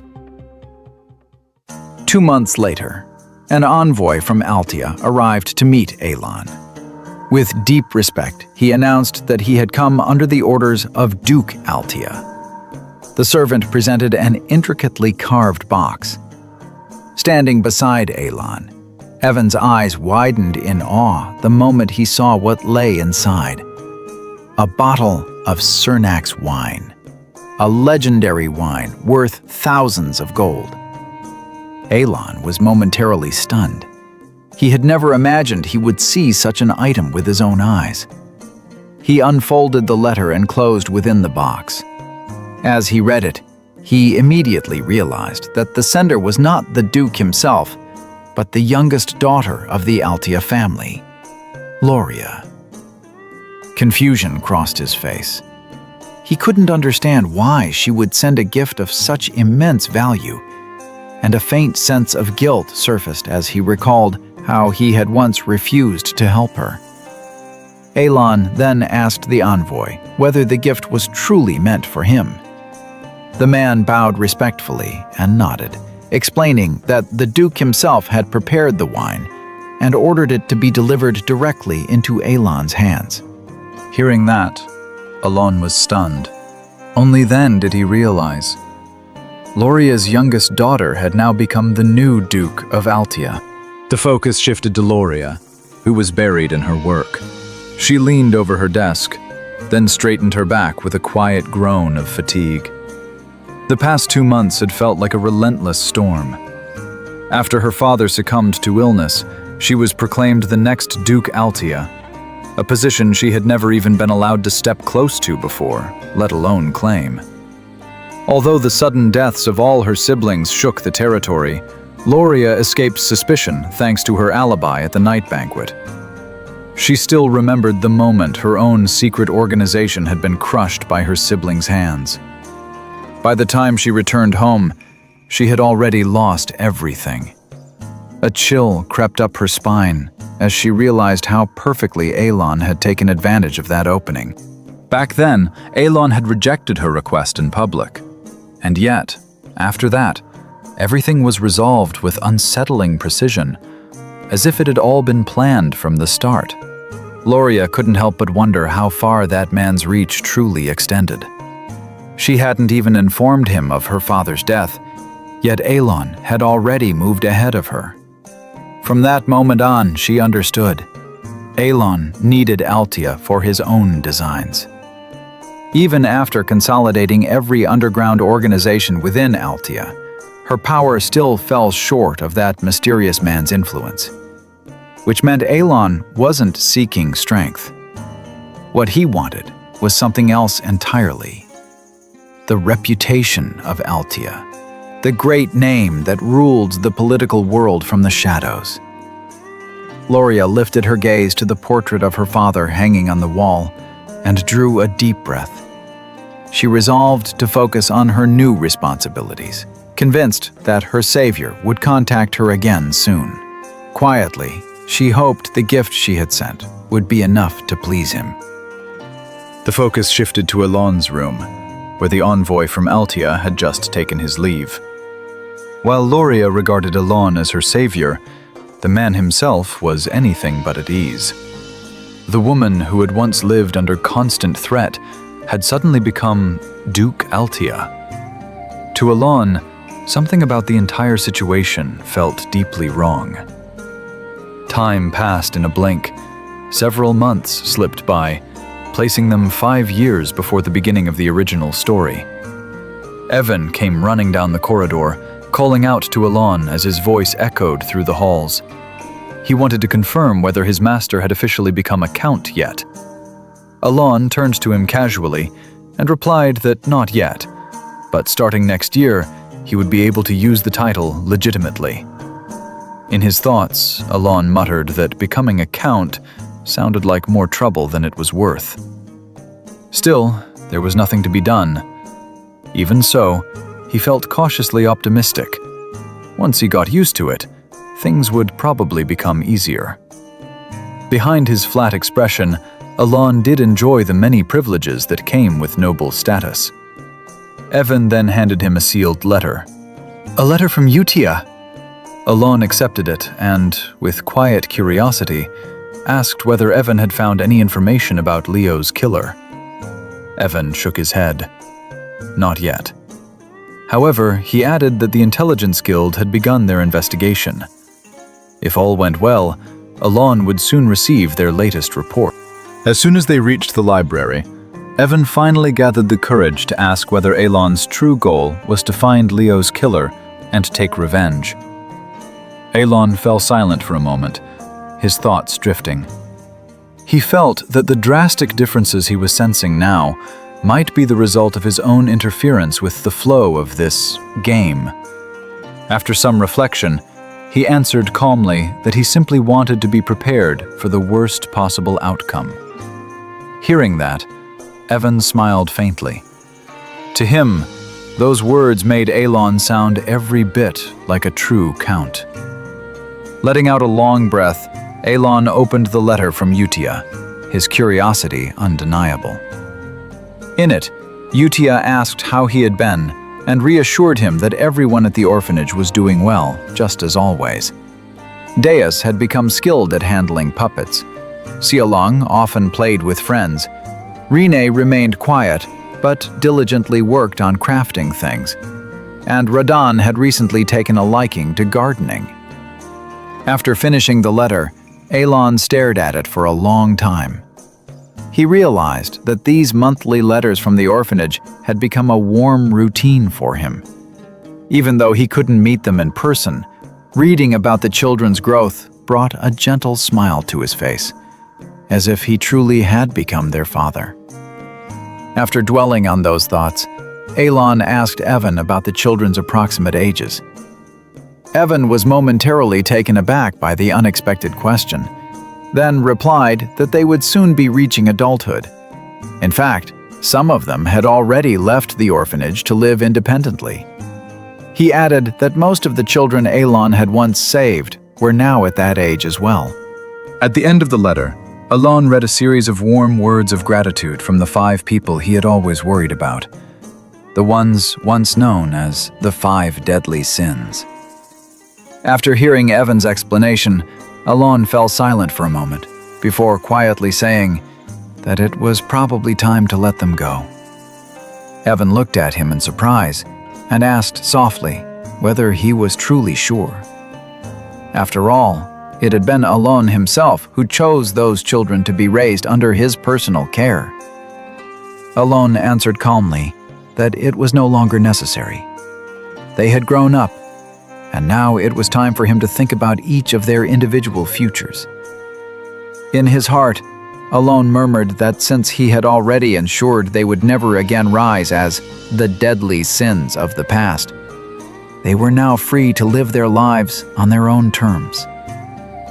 His thoughts drifted back to the characteristics of each of the 5, just as they had been described in the narration of every boss battle in the game he once knew. Utia, gifted in matters of faith and religion. Deus, a master of the sword. Rhine, possessing extraordinary brilliance in scientific research. Xialong, resilient and exceptionally talented in combat. Radan, born with the natural qualities of a leader. Elon believed that if each of them were guided onto the right path, they would grow far beyond anything he had ever imagined. Having reached that decision, Elon immediately moved to his desk and prepared his writing tools. He paused in thought. Perhaps he should give them a farewell gift, something that could serve as encouragement at the start of their new journeys. He lingered there for a long while, carefully considering what that gift should be. Several hours passed until the sky slowly turned orange. At last, Elon rose from his chair with renewed energy and let out a satisfied shout after finishing all the letters, so loud that it jolted Evan awake from his nap.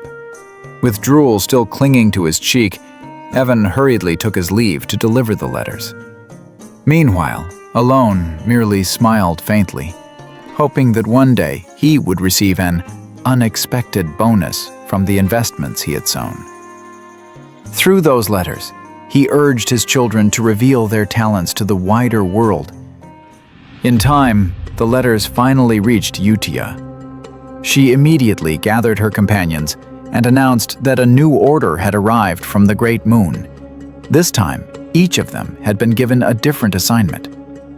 They all stared at the envelopes in their hands with curiosity.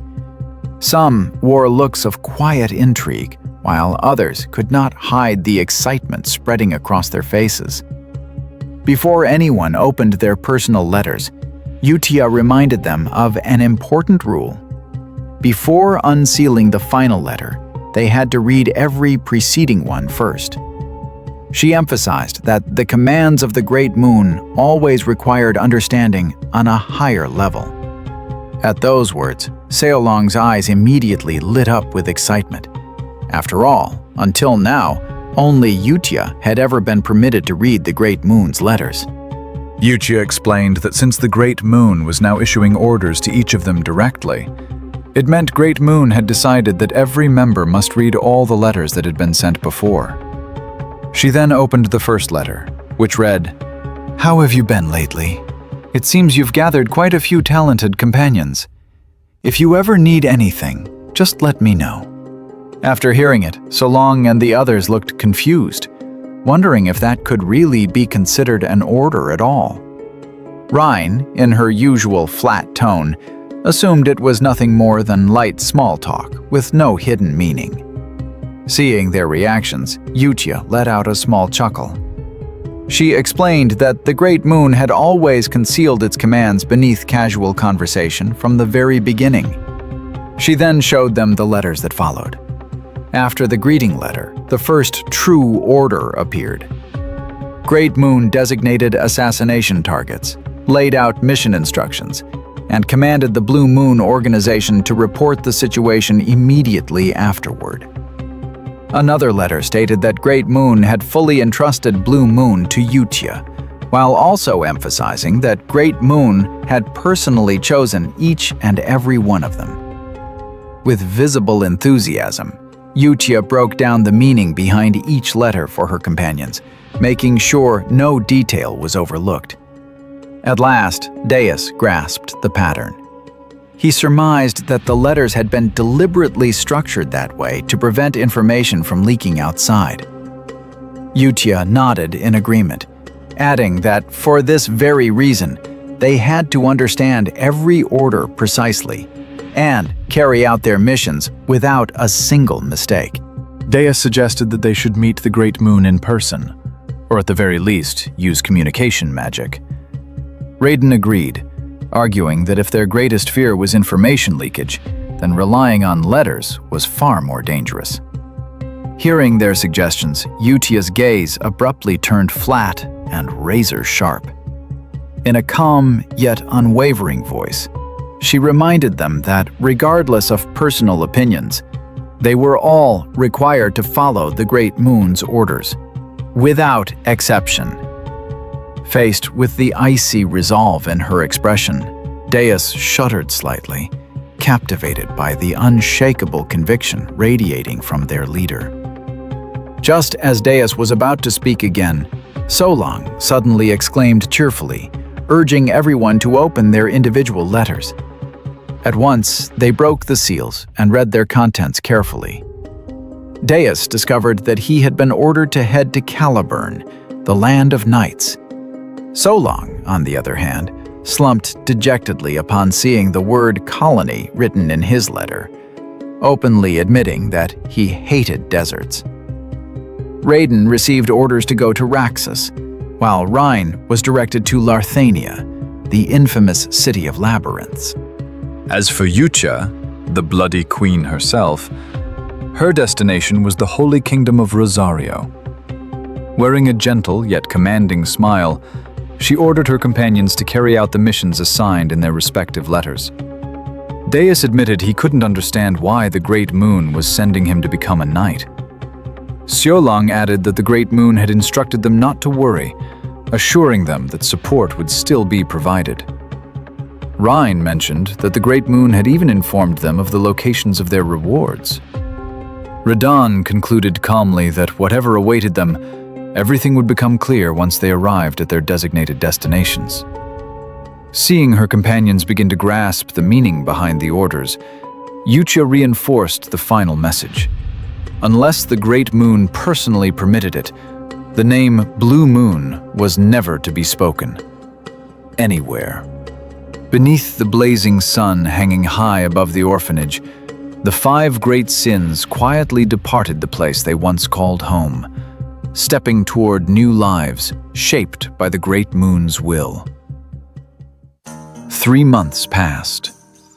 The scene shifted to Elon's study, where he sat absorbed in a book. He was researching magic, carefully studying spells and incantations. After a while, he lifted his gaze toward Evan, who stood nearby, and asked about the progress of the investigation into Leo's killer. Evan replied that the Intelligence Guild had yet to uncover anything. Elon fell silent in thought. He realized that the butterfly effect he had triggered was no longer something he could control. It had all begun with his impulsive decision to save the 5 great sins. Even Loria, who was supposed to die in the original story, had instead become the Duke of Altia, expanding her power and influence in the underworld at an absurd pace.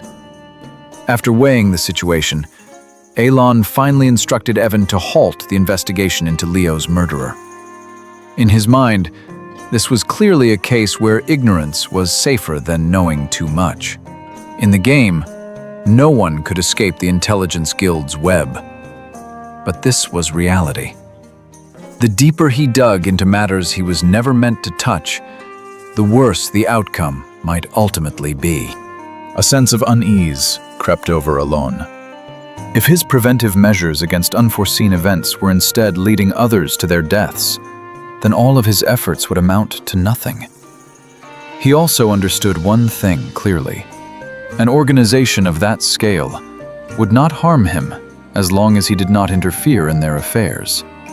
For now, they had no reason whatsoever to target him, unless he himself stepped too close. Having settled his decision, Elon explained to Evan that continuing the investigation would only waste energy. Hearing the order, Evan bowed respectfully and said he would contact the Intelligence Guild immediately to halt it. Suddenly, Evan recalled something else. He informed Elon that there was important news. Deas had just been appointed as a knight in Caliburn. Elon showed no sign of surprise at all.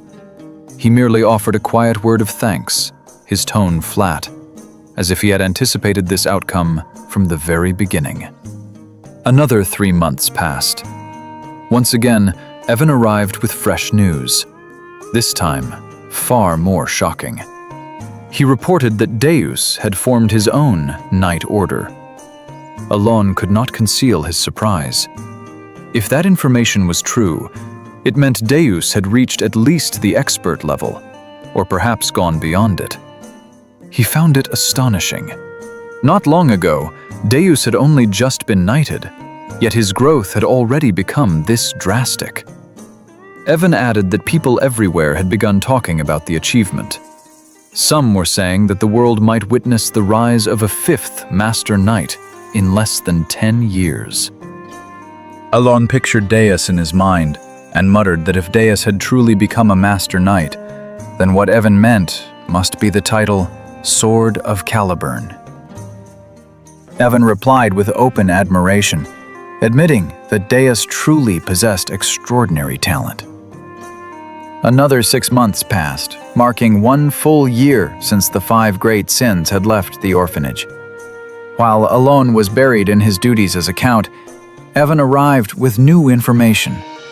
His expression was grave as he reported that Deas had officially become the Sword of Caliburn, a position that also made him the 5th Master Knight.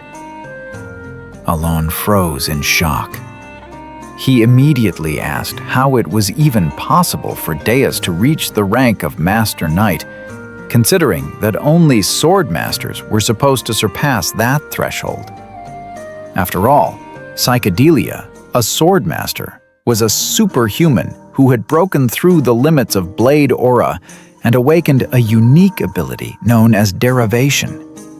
Evan went on to explain that Deas was indeed walking the path toward becoming a swordmaster, but he had yet to create his own derivation. Even so, the nation of Caliburn had granted him the title of Master Knight. Not only had Deas won a duel against the fourth Master Knight, but Caliburn had also lost one of its Master Knights in battles against the northern barbarians. That explanation made sense to Alon. After all, the war against the barbarians had dragged on for more than 10 years, claiming countless lives along the way. Even so, Evan still sounded skeptical. In his view, sensing mana and learning to wield it properly took around 15 years, while forging one's own derivation usually required several decades. Even the first Master Knight, Reinhardt, had only reached that title at the age of 32, earning him the distinction of being the youngest Master Knight in history. At the mention of Reinhardt's name, the image of a very familiar game character surfaced vividly in Alon's mind. He was the legendary powerhouse, portrayed as someone who had been swinging a sword since the age of 5, constantly urging the player to place their faith in the strongest swordmaster of all time. Inwardly, Alon agreed. Reinhardt truly was exceptional. Even with his overwhelming talent, it had taken him 20 years to reach that level. Because of that, the idea of a boy with no formal sword training becoming a Master Knight felt utterly irrational.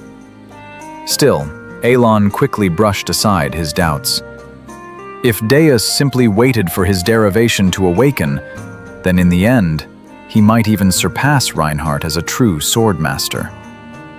Alon lingered on that possibility for a moment, before remarking that perhaps he could make use of Deas sooner than he had originally anticipated. However, when his gaze shifted to a letter resting on his desk, he admitted that Deas would probably have no intention of helping him. Evan agreed at once, saying that it was obvious Deas would never consent.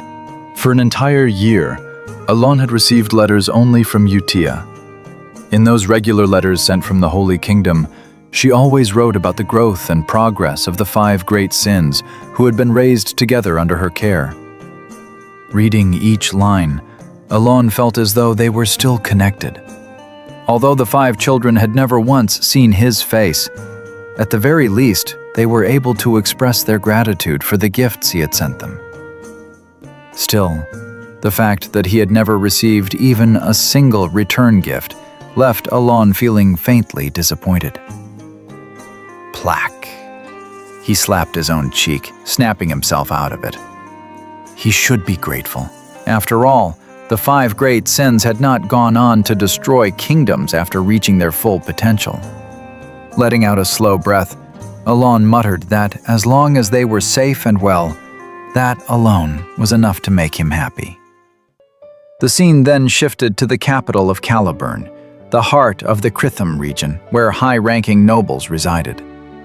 Within a vast mansion belonging to the renowned Solar Eclipse Knights, soldiers could still be seen training even as the afternoon wore on.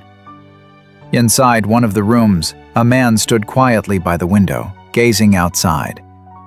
It was Deas, now the captain of the Solar Eclipse Knights and the youngest Master Knight in history.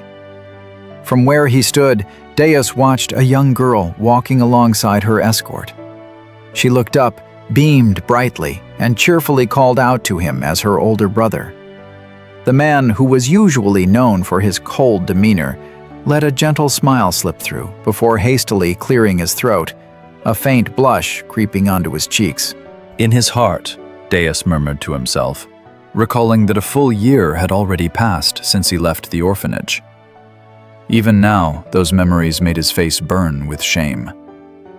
Back then, he had lost everything to Black Goat, leaving him with nothing but uncontrollable rage and a hatred so deep it consumed him. The fact that Great Moon had saved his life was still not reason enough for him to swear loyalty. Yet, when Great Moon promised him the chance to take revenge with his own hands, Deas accepted the order, under the name of Blue Moon. From that day on, he lived as part of Blue Moon, carrying out dangerous missions and enduring training so brutal that he eventually stopped caring about the state of his own body. For years, he kept moving forward, amassing strength and forging it into the foundation of his vengeance against Black Goat. And when the time was finally deemed right, he received his very first personal order. When he read the letter, there was only a single short line written within it. A small hotel south of Caliburn. I've left a gift there. The word gift did not excite him in the slightest, but his curiosity was sharply piqued. He made his way to the small hotel, slowly pushed open the door, and was met with something he had never once expected. Behind that door, the gift left by Great Moon was not gold or power, but family. Those he had believed lost forever, something far more precious to him than his own life. His younger sister, whom he had believed to be dead all this time, was alive. With a trembling voice, Deas called out her name, Silly, and asked what had happened to her after he disappeared. For a moment, Silly looked at him with eyes brimming with emotion. Then they moved to a small room, sitting across from each other with cups of tea resting on a wooden table between them. Silly began to tell him everything. She said they had taken her to a dark place, where all she could do was waiting for her turn, in a stretch of time that felt endlessly long and suffocating. When the moment came for her to be killed, someone suddenly appeared, and she managed to escape amid a burst of light that tore through the darkness. Several years later, just as she was about to be sold to a slave trader, someone cut down the monsters who had captured her. That person was a mercenary named Evan, her savior, who carried her away from that living hell. After that, she was given precious medicine from a benefactor she didn't even know. Silly then took out a single letter and showed it to Deas.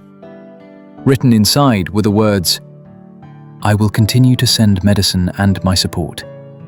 You are safe under the name Palatio, so you don't need to worry about your sibling. Beneath those words was a single name, Alon Palatio. With a bright, heartfelt smile, Silly said that she was truly grateful for everything Alon had done for her. Of course, Deas was stunned when he realized that the letter had come from Alon Palatio. Countless questions began to whirl through his mind. How could Great Moon possibly know all of this? He had never told anyone about his family, not even once. Even Utia only knew that he had been attacked by Black Goat, nothing more. Then, like a blade flashing through his thoughts, Utia's sharp warning from the past resurfaced. The words she had spoken with absolute conviction, that Great Moon knew everything. At the same time, Deas flinched as well, recalling that same warning. In a fraction of a second, every doubt within Deas linked together like scattered pieces of a puzzle, finally snapping into place and vanishing. Back then, he had never truly understood Utia's unease, nor her insistence that a sword could not think for itself. Now, however, he realized just how foolish he had been. When Great Moon once told Loria that good fortune would come to her, Deas had felt nothing but skepticism. Yet, as he reflected on everything that had happened, he finally understood. Those words had not been idle reassurance, but a subtle hint. Proof that their leader had known the truth from the very beginning and had quietly guided the children he would one day leave behind so that they could survive on their own. Sia Li, who stood before him, grew anxious when she noticed how long her brother had fallen silent. She softly called his name. Deas responded with a gentle smile, reaching out to pat her head. Inside his mind, regret weighed heavily on him as he reflected on his past actions. A sword that acts on its own without considering the consequences, truly deserves punishment. Yet he, the great moon, had chosen to show mercy and generosity instead. While Deas had been endlessly chewing on hatred and nurturing his desire for revenge against Black Goat, the safety of his family had been granted to him as a blessing far more precious than vengeance itself. Only now did he truly understand why Utia had chosen to devote herself to Alon Palladio. She was not merely a fanatic, nor did she follow him blindly. From the very beginning, she had understood that Great Moon was no ordinary being. Within Deas, a new resolve took shape. He would repay the Great One's kindness. With the power he now possessed, his mission was clear: to rise to the very summit of Caliburn as a master knight, and to build his own order of knights, composed of the finest swordsmen. And so, time began to flow back toward the main course of events. One of Deas's subordinates approached and delivered a report with a deep bow. Deas stepped forward and made his way outside toward the courtyard, where his troops were already assembled, waiting for their commander's arrival. In his mind, Deas reaffirmed his resolve. The expedition he was about to lead would become the first stepping stone for the solar eclipse knights. He did not care what kind of obstacles awaited him on the battlefield. He would confront them one by one, patiently waiting for the day he could offer his gratitude, along with what he deemed appropriate compensation, to the Great One. Beneath the light of the moon, he swore to prove himself. With that determination, the solar eclipse knights under his command set out on their expedition against the barbarian forces. Meanwhile, at the Palladio estate, Alon Palladio leaned casually against the wall of the courtyard, stacks of open books scattered around him. The day felt unusually peaceful. The children he had raised were growing well, and that alone was enough to soothe his heart. But the calm did not last. Suddenly, a book beside him flew open, its pages flapping wildly as the wind scattered his carefully kept notes. With a tired yet practiced reflex, Alon snatched the loose pages out of the air one by one before they could be carried farther away. As he gathered them back together, he complained inwardly about how disorganized his notes were, and how that messiness always seemed to make his life more troublesome than it needed to be. From that moment on, he resolved to finally put everything in proper order. His gaze then shifted to the research summary he had completed after returning from the Labyrinth of Whispers. His focus had been on phrases, special incantations and mantras he had studied for a long time. After countless hours of work, he had finally managed to systematize and consolidate the results of his research. In his notes, Alon Palladio recorded that each phrase produced a different transformative effect. The first was refraction, which amplified imperfections within a spell and caused its range to spread wider than intended. The second was repulsion, which disrupted a spell's form and altered the transition of any projectile that was released. The third, blue light, enhanced parallel magic, particularly elemental spells such as lightning. The fourth was line of diffraction, which granted increased penetration, or in simpler terms, a critical effect. Alon also wrote down several strict rules regarding the use of phrases. First, a phrase could not be used unless it properly matched the spell. Second, phrases could not be repeated. Third, the total number of phrases was limited to 4. If even one of these conditions was violated, the spell would fail instantly. With the small mana core he currently possessed, Alon realized he could only cast a single spell per day. Because of that limitation, it had taken him a long time to fully grasp each rule that constrained his abilities. During his research, he uncovered another crucial fact. According to the world's setting, Babylonia hand signs and sacred phrases had long since been lost. No one alive understood them anymore. Not a single magic tome even mentioned them in detail, forcing Alon to piece everything together on his own. Although his original goal was merely to study magic for self-defense, he couldn't deny that the process itself carried a quiet sense of excitement. At last, Alon prepared to release his first spell. It was time to see the results of 2 months of experimentation. He formed the first hand seal, erasing the focal point of the manosphere. The balance collapsed, and faint sparks of lightning flickered into existence. The moment those sparks appeared, Alon Palacio realized that the magic which had once been weak, borderline useless, was finally beginning to take shape. It now had direction. He began chanting his first phrase, fixation. The lightning sphere spun in midair, dancing wildly as arcs of electricity coiled around it. The second phrase followed, compression. The lightning condensed inward, surging upward as if drawn toward the sky itself. The third was breakdown. A violently intense flash tore through the air, as though all the accumulated energy had been forced into a single point. Then came the fourth phrase, fleeting bloom.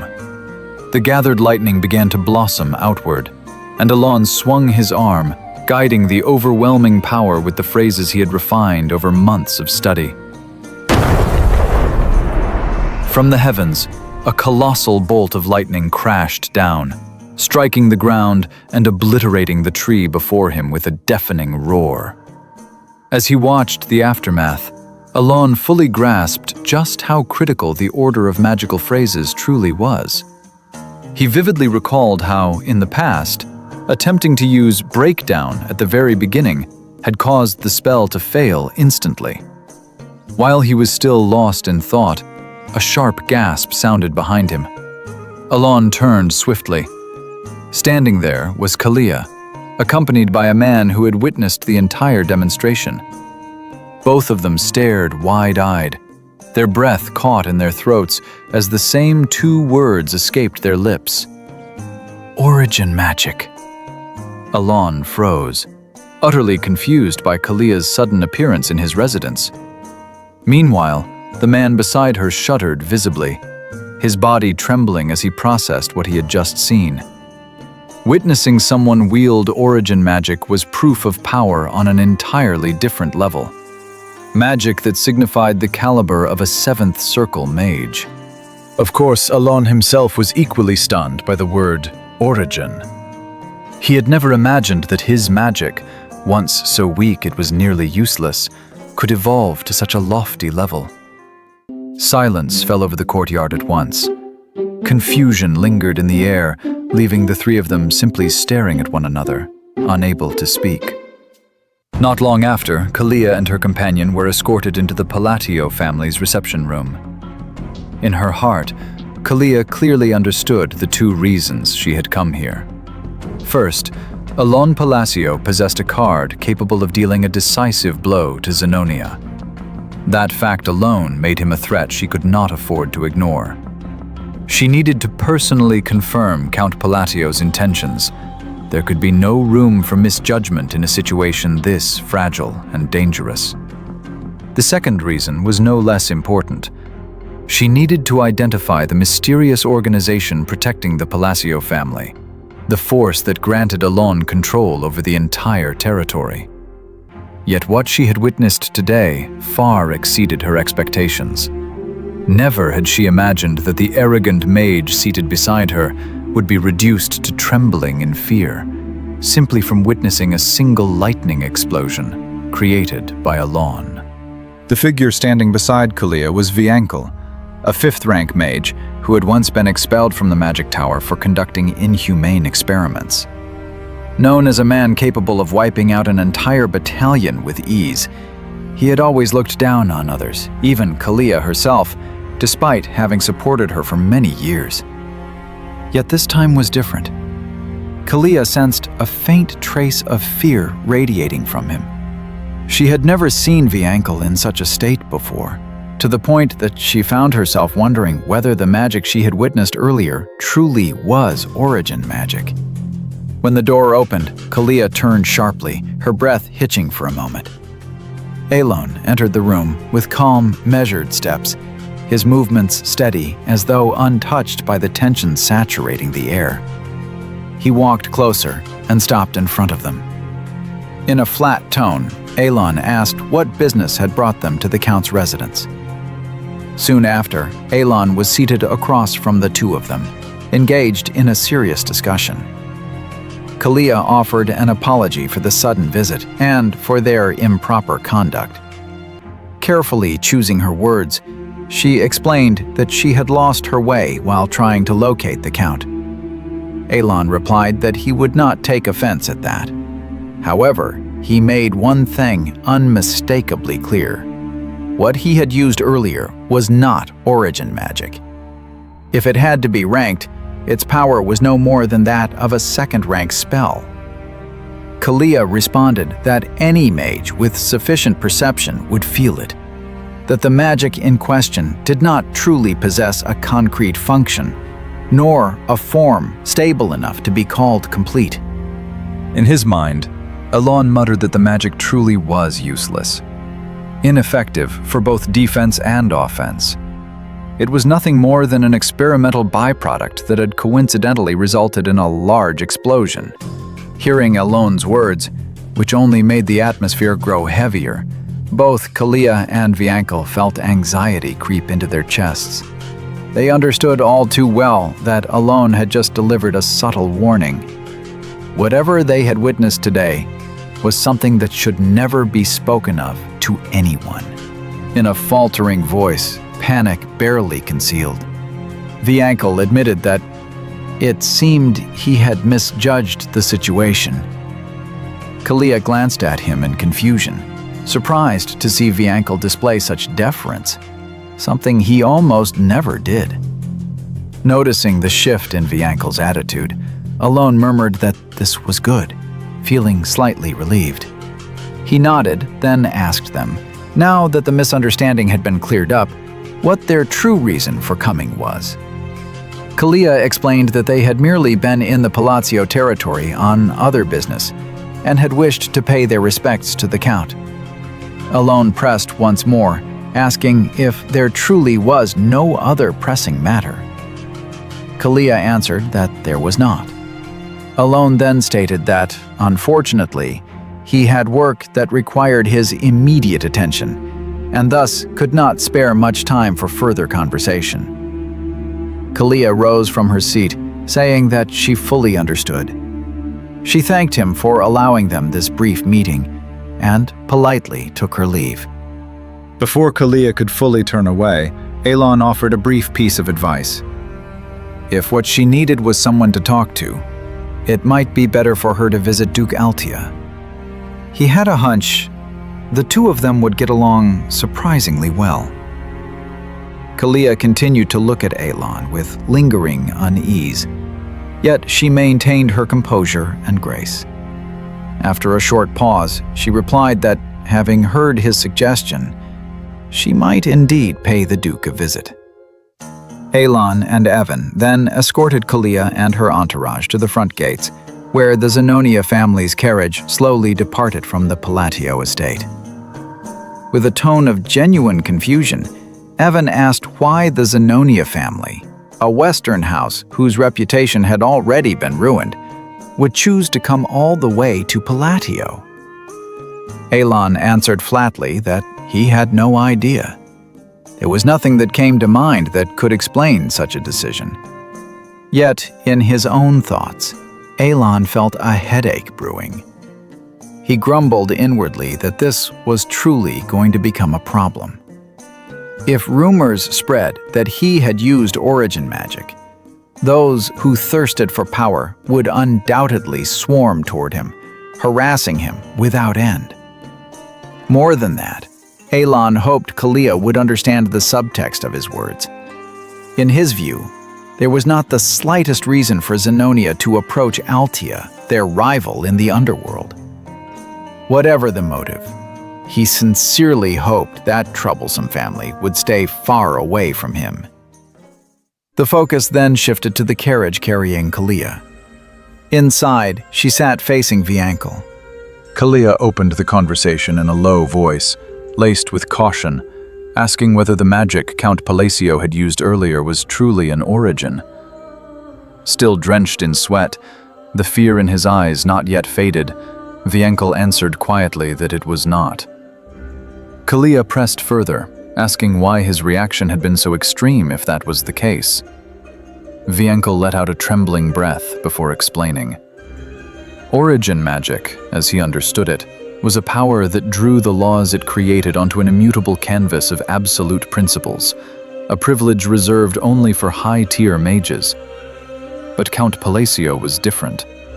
When Kalia had asked him to examine the spell, he activated his observation eye and witnessed something he had never imagined possible. That canvas, the canvas of absolute principles, was torn apart. Count Palacio appeared to be twisting the absolute laws themselves. As he recalled the moment Elon held lightning suspended in the air, Vienkel shuddered. Elon had overturned and shattered the laws of the world, yet the spell had still manifested. With a quivering voice, Vienkel concluded that what they had seen was a miracle so utterly unreasonable that it defied every principle of magic he had ever known. Kalia's expression stiffened at the explanation, while Vienkel's body continued to tremble violently. In a broken voice, he went on, saying that beneath that phenomenon he had sensed a trace he could not possibly be mistaken about. A remnant of the work of a great god long since forgotten. A sudden wave of pain struck his head, forcing him to clutch his temple as he staggered. Even so, he pushed himself to deliver his warning to Kalia. He said he had to stop thinking about it, because going any further would be exceedingly dangerous. In the past, he had been praised for pursuing ancient knowledge and researching magic from lost eras. Precisely because of that, he was absolutely certain of one thing: never oppose Count Palacio, and never make him an enemy.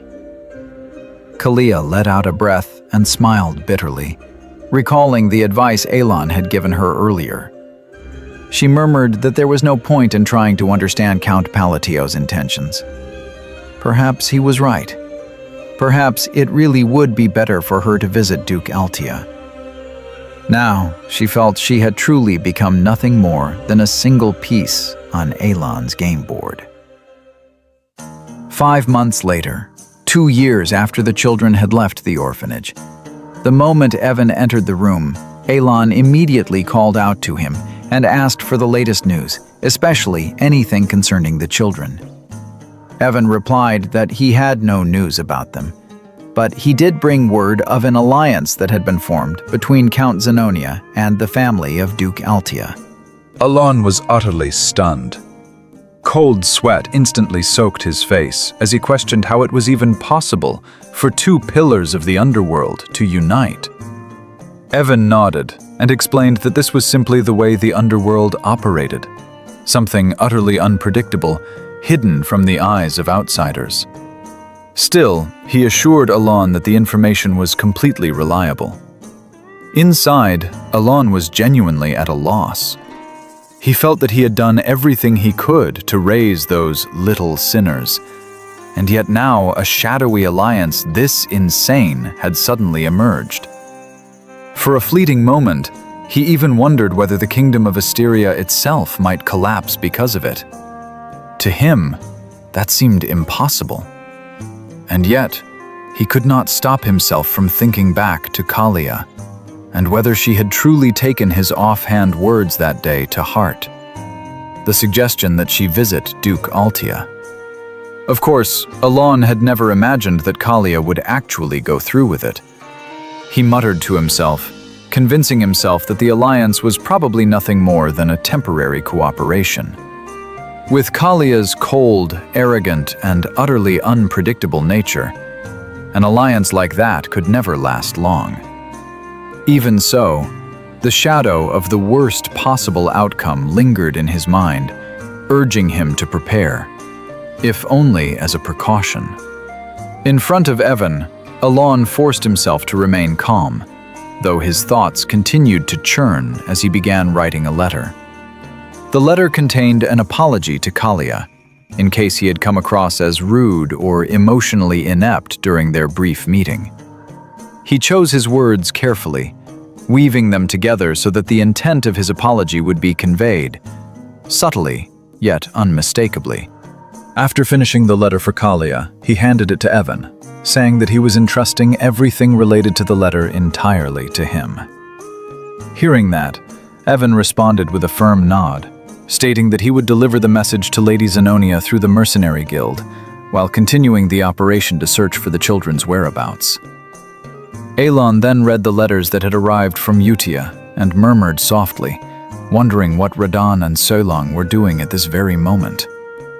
Even in Utia's report, the two children were said to have gone missing after reaching their destination.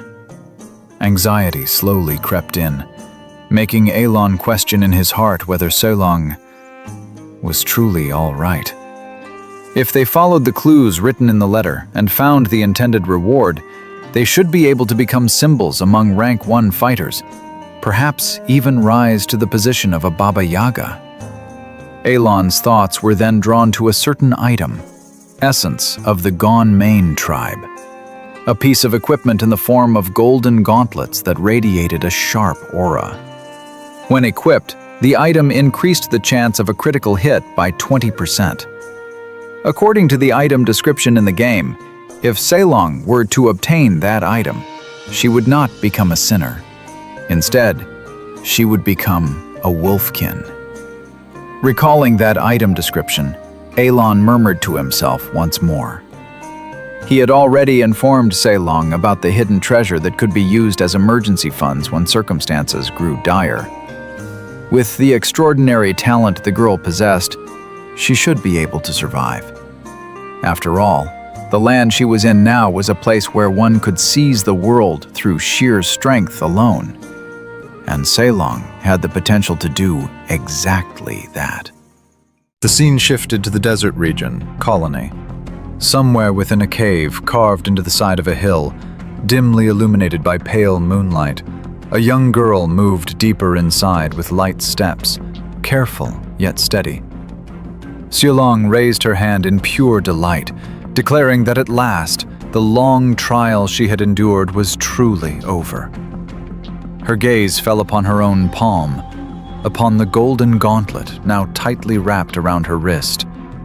A broad smile bloomed across her face, born from pride and relief blending into one. She offered her gratitude to the great moon for the gift, admitting that she had once believed the essence of the Golden Mane tribe to be nothing more than a legend. However, the sparkle in her eyes suddenly faded. Her voice dropped into a low murmur. She realized that what she had heard since childhood was not an empty fairy tale, not a bedtime story, but a truth that had long been hidden. Memories of her childhood surfaced, of sitting at home with her siblings, asking her mother about the Lord of the Golden Mane tribe. Her mother had gently stroked Solong's head, as she explained that the Wolfkin tribes were descendants of the Golden Mane tribe, the great king of all beastkin. The essence of the Golden Mane tribe was a legendary heirloom passed down for hundreds of years, a sacred artifact that not only granted overwhelming power, but also carried divine authority, recognized by every clan. Solong now understood everything. She spoke of how she had obtained the essence and faced every trial within her inner world, and every single moment had felt utterly real, as if she were truly living inside it. Yet once the trials ended, the surging energy erupting from the gauntlet quickly subsided, as though the item itself had chosen its master. She declared that there was one thing she could never forget. On the day she was dying as an experimental subject, the Great Moon had intervened, saving her life and granting her the power to take revenge on the Black Dragon who had taken both of her parents' lives. That bitter memory shook her heart, and energy began to seep from Solong's body, trembling softly like the breath of an ancient creature newly awakened. She stated that she must repay that blessing, no matter the risk. With unwavering resolve, she began to swing her arm, feeling the rotation of power from the item she wore flow through her muscles, like pulses of gold merging with her very body. Solong believed that the true meaning of that gift was not to turn her into an ordinary gladiator. She had to become the strongest gladiator who had ever lived, to gather the Golden Mane tribe that had been scattered for centuries, restore their lost glory, and ultimately use that power to kill the black dragon that had long loomed as the dark shadow over her life. With a single blow, Solong shattered the cave wall.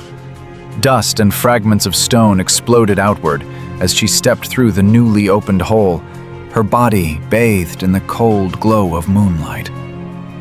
Once outside, she lifted her gaze to the sky, staring into the night wrapped in moonlight that seemed to be calling her name. Solong declared that everything she was doing was for her savior. She affirmed that this was only the beginning. The Golden Mane tribe, the greatest among all beastkin, kings among their race, would rise again under the blue moon after 500 years.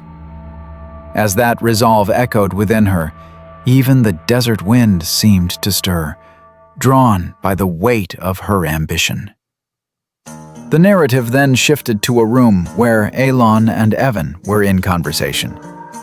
Evan suddenly recalled something and mentioned that the Intelligence Guild had obtained new information regarding the children. He had intended to inform Alon earlier at the training grounds, but it had slipped his mind. Hearing this, Alon responded calmly, asking what the information was. Evan then explained that Solong had shown outstanding performance in Colony, earning herself the nickname Golden Flash. Alon scratched his cheek and murmured, feeling as though he had heard that nickname somewhere before. After thinking it over for a moment, he replied with clear relief, saying that he was glad to hear Solong was doing well. Evan nodded in agreement, adding that in that land, one could become anything, as long as they possessed strength. Alon then asked about Raydan, noting that he had not heard any news since the boy said he was learning to work in Raxus. Evan explained that there was indeed some information regarding Raydan, but all of it was still in the verification stage.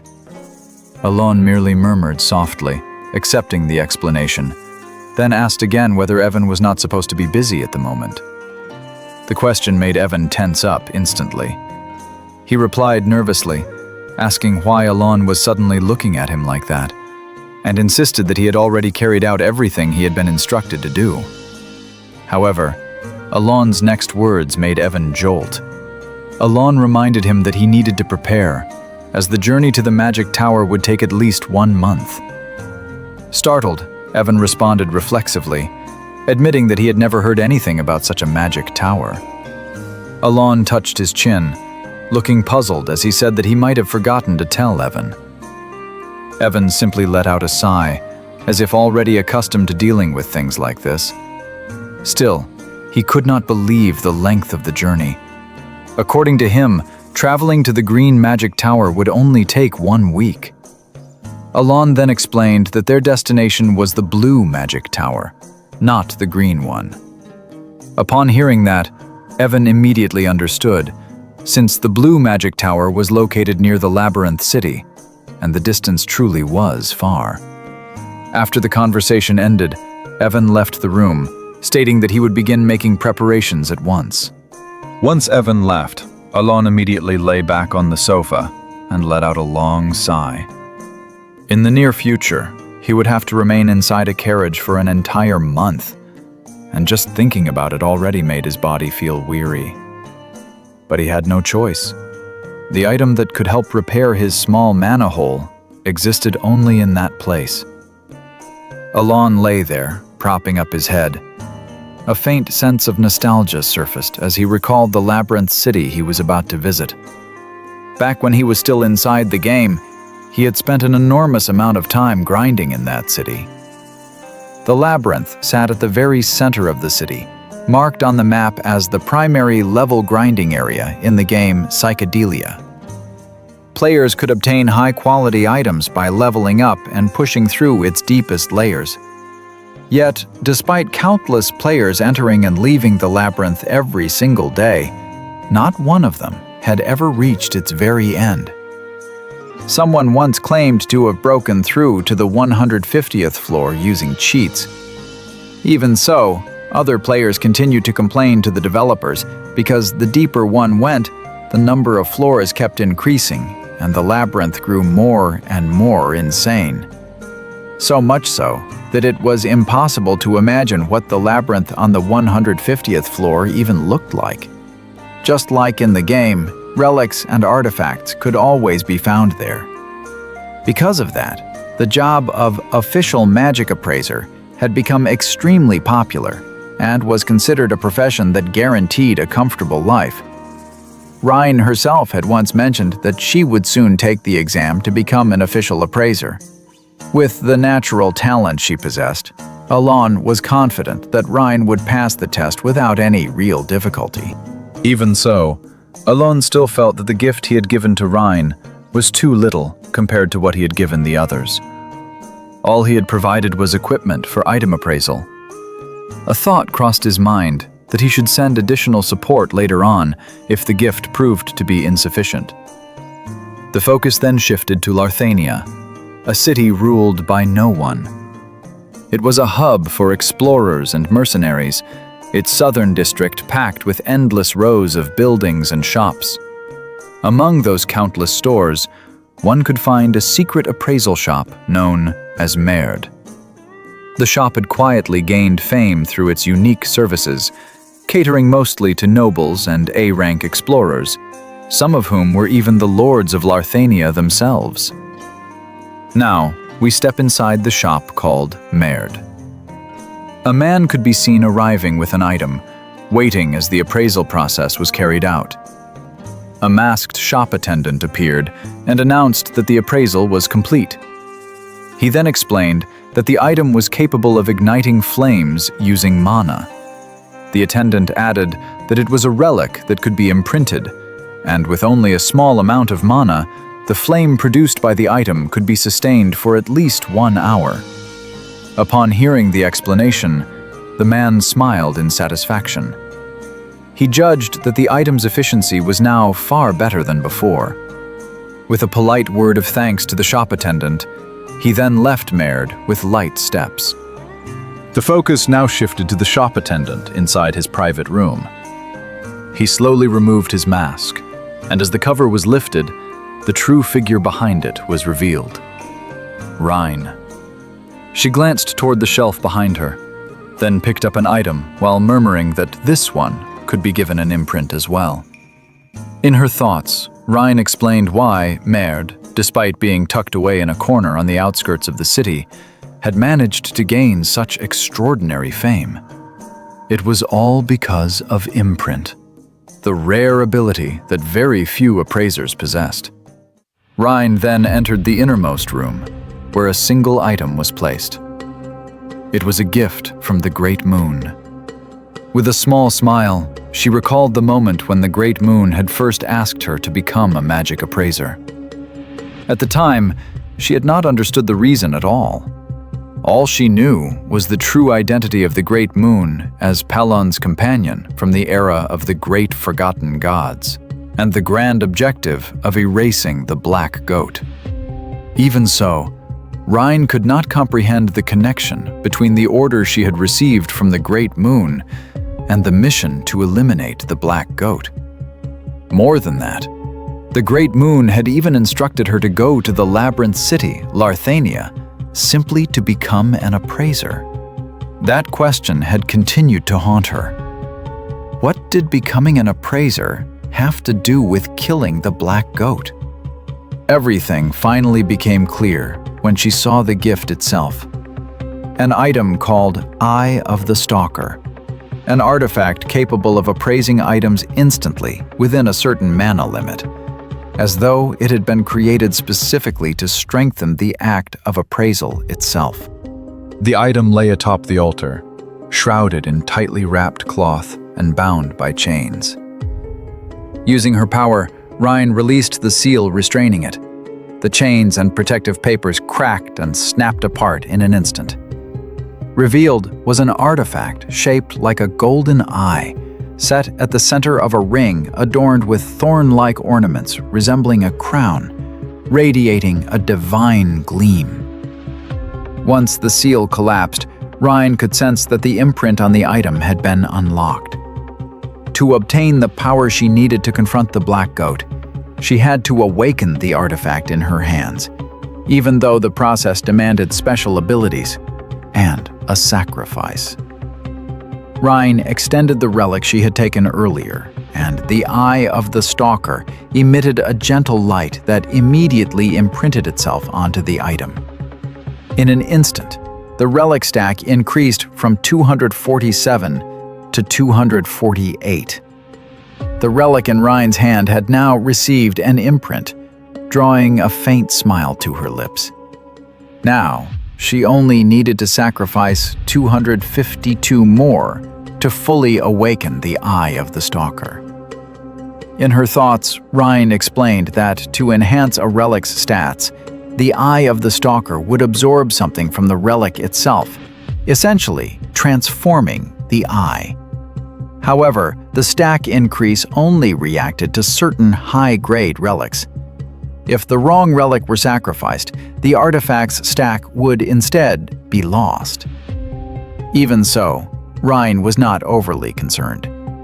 Accurately appraising each relic and selecting high-grade sacrifices to be marked with an imprint was a task only she could accomplish, for she had been born with the Library of Eternity.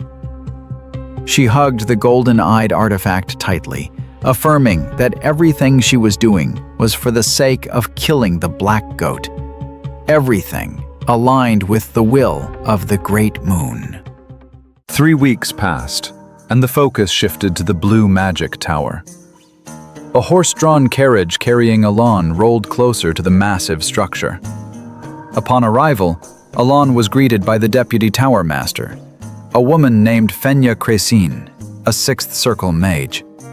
With a sharp, irritated look, Fenya informed Alon that the Tower Master was currently absent, then told him to state his purpose quickly and leave as she was busy.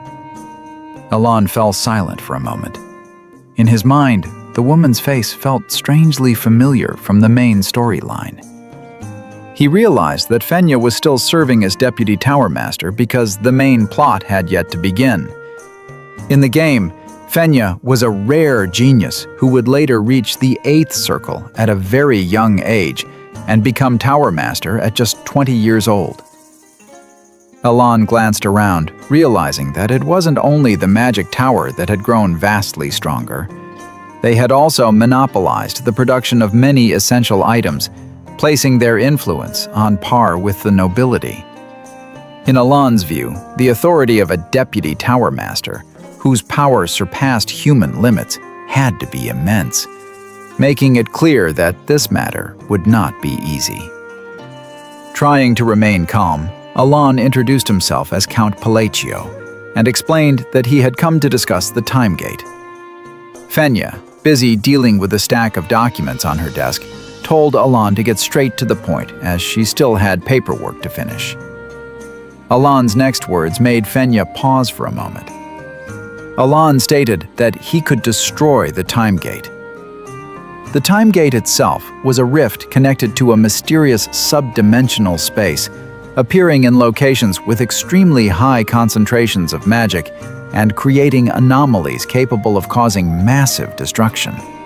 Fenya immediately activated her observational eye magic. She snapped at him, saying that with talent that low, Alon couldn't possibly accomplish anything. With a lazy wave of her hand, she told him to leave. Alon and Evan kept their expressions flat. Internally, Alon grumbled that he shouldn't be treated this way. Just as he was about to speak again, Fenya Crescine cut him off, saying that Alon would surely claim he could destroy the time gate and take its treasure, something that would only matter if he were actually capable. She then burst out in irritation, reminding him that countless people had come before him, spouting the exact same nonsense. Remaining calm, Elon insisted that he was telling the truth.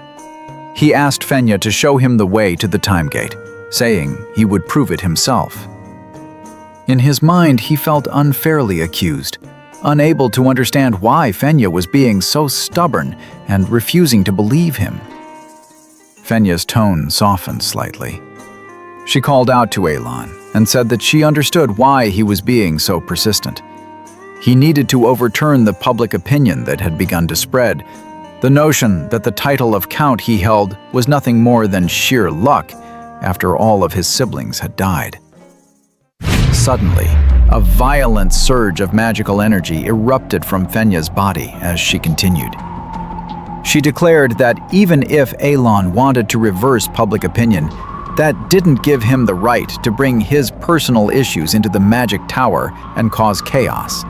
Seeing Fenya's energy churn like a raging storm, Elon and Evan felt chills run down their spines. Elon murmured in shock, never expecting the rumors about him to have spread even as far as the magic tower. He guessed his life had been too peaceful, leaving him oblivious to everything happening around him. He also hadn't imagined that Fenya, an obsessive workaholic, would be so well informed about the outside world. Both of them were completely frozen as Fenya's presence turned terrifying. Cold sweat trickled down Elon's temples, his lower lip tightening as he endured the pressure, while Evan whispered that this was only Fenya's mana. If Elon kept provoking her, he was certain she would beat him mercilessly. Elon was on the verge of despair, yet he still had one backup plan. Keeping his tone calm, he stepped closer to Fenya Krazen and said that if he failed to destroy the time gate, he would hand over all of his property to the magic tower. Fenya stared at him in disbelief, calling him nothing more than someone who dared to talk big. Still composed, Elon offered an oath as proof. He said that such a demand was not a bad price at all, in exchange for even a little of Fenya's time. Fenya fell silent, and little by little, the oppressive magical energy filling the room began to subside. In short, Fenya finally escorted Elon to the chamber where the time gate was located. She reaffirmed their oath. If Elon failed, all of his wealth would become the property of the magic tower. Elon slowly opened the door, declaring with absolute confidence that such an outcome would never come to pass. Fenya leaned against the doorframe, her gaze fixed on Elon. She murmured to herself that the timing couldn't be better. She wanted to know, was Elon truly the mastermind behind everything that had happened in the Palazzo region? Or was he merely an incompetent man who had stumbled into good fortune by chance? A faint smile curved her lips. The longer she listened to him, the more convinced she became that Elon was nothing more than a loudmouth. Compared to the oppressive aura filling the room, Elon possessed only a small mana pool, slightly above average energy detection, and talent that didn't even break past the threshold of a second circle mage. Fenya found herself wondering what kind of embarrassing stunt he would pull next. She explained that there was actually no need to seal the gate. Within 3 months, the crack would close on its own after disgorging a relic. Their research had ended there. No mage had ever succeeded in closing a time gate. In reality, the time gate within the Blue Magic Tower had been the source of chaos for the past 2 years. Before them, a dimensional fissure scarred the stone floor. Just as Elon was about to move, Fenya warned him that if he couldn't do anything, he was free to leave. Elon simply stared at the rift and began forming hand seals. Fenya's brow immediately furrowed in irritation. Was he seriously using his hands as a medium instead of a staff? In her mind, that method existed only in ancient magic tomes, obsolete techniques treated as little more than fairy tales. After a brief pause, Fenya told him to stop imitating archaic methods and just leave. But before she could finish her words, everything in the room suddenly came to a halt. The wind stopped, The drifting particles of mana froze midair. Fenya's body stiffened, her eyes widening as she realized that time itself seemed to have stopped completely. Yet her consciousness remained fully awake. Trembling, Fenya activated her ocular observation magic to assess Elan's power. And in that instant, her body went rigid. Above Elan, she saw it, a colossal eye, closed, as if slumbering within another dimension. Slowly, the eye opened and looked straight at her, delivering a warning so overwhelming it felt as though her heart had ceased to beat. Panic surged through her. She was seeing something alien, something whose essence lay beyond the reach of reason. Fenya jolted, trying to scream, but her body refused to move. Her mind instinctively forced itself to stop thinking altogether, because whatever stood before her was clearly something that should never be understood, like a poisoned chalice fated to bring nothing but ruin. The gaze of the gigantic eye did not waver. Instead, a colossal hand emerged, stretching toward her, amplifying the terror coursing through her body several-fold. Fenya remained frozen, as if truly sealed within stopped time. Then, an unfamiliar voice echoed directly inside her ears, delivering an absolute command she could not resist.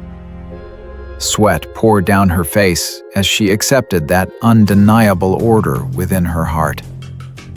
The dreadful eye from the dimensional rift continued to watch her for a moment longer, before slowly closing, leaving behind an oppressive intimidation that shook her to the very core. Fenya remained standing, rigid and unmoving. The only thing still in motion was the sweat steadily dripping from her chin.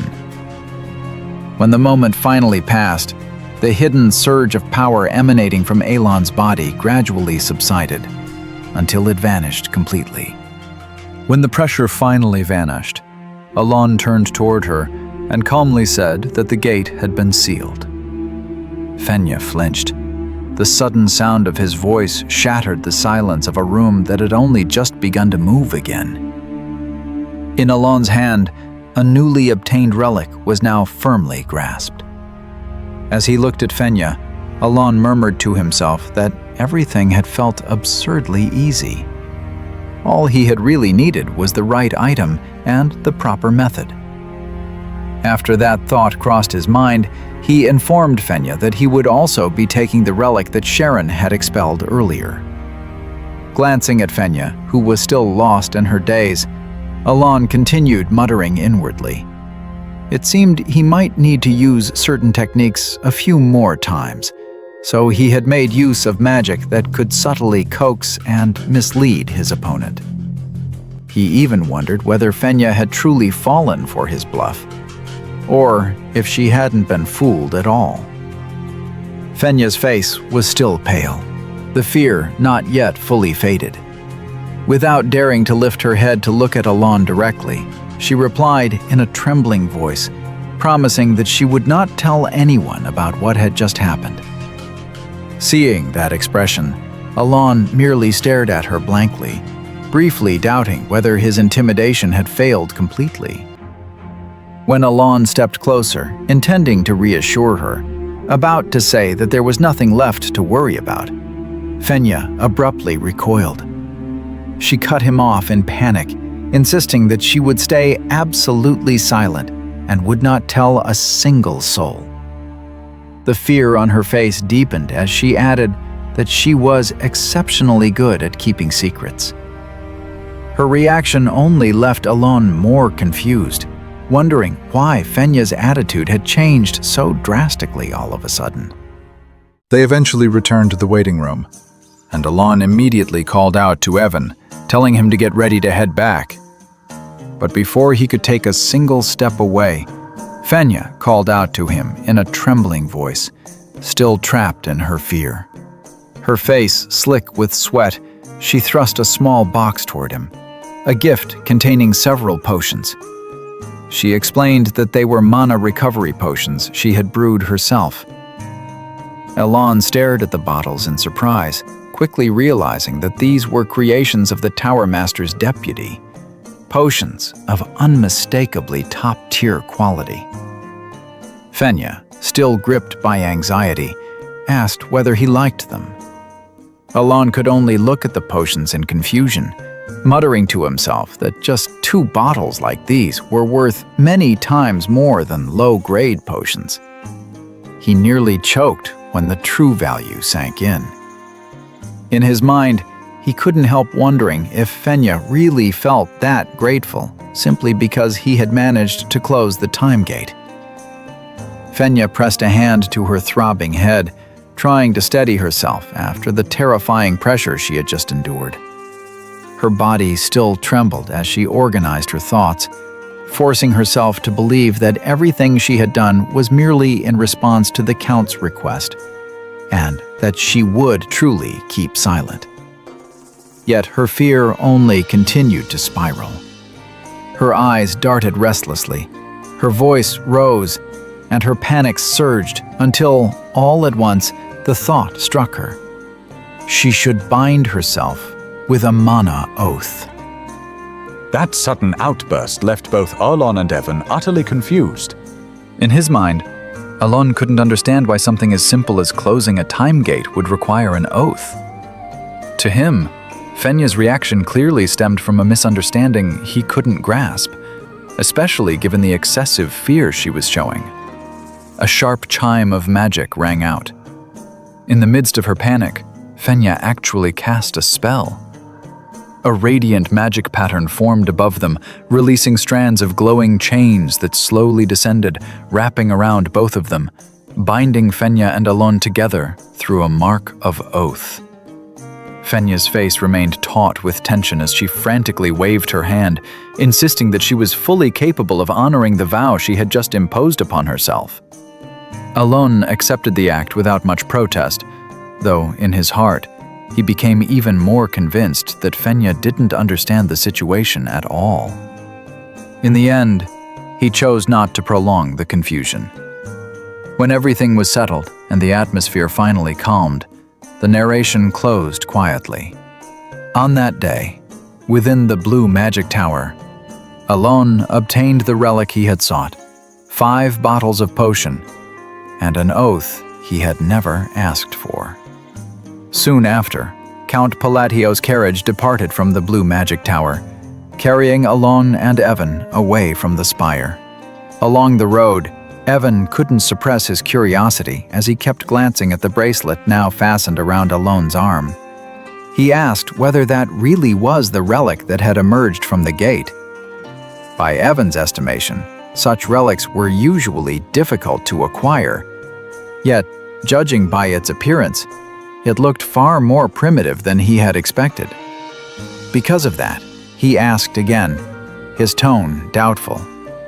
Was the relic's performance truly as impressive as it was supposed to be? Alon kept his eyes on the relic encircling his wrist before answering that, regardless of its appearance, it was something he truly needed. Inside, he let out a small smile. The relic was called Seal of the Unholy One, and he considered himself fortunate to have obtained it. The gem embedded in the bracelet could absorb and store mana from the air. Its capacity wasn't large, but for his tiny mana pool, that function alone was more than enough. His spirits dimmed soon after.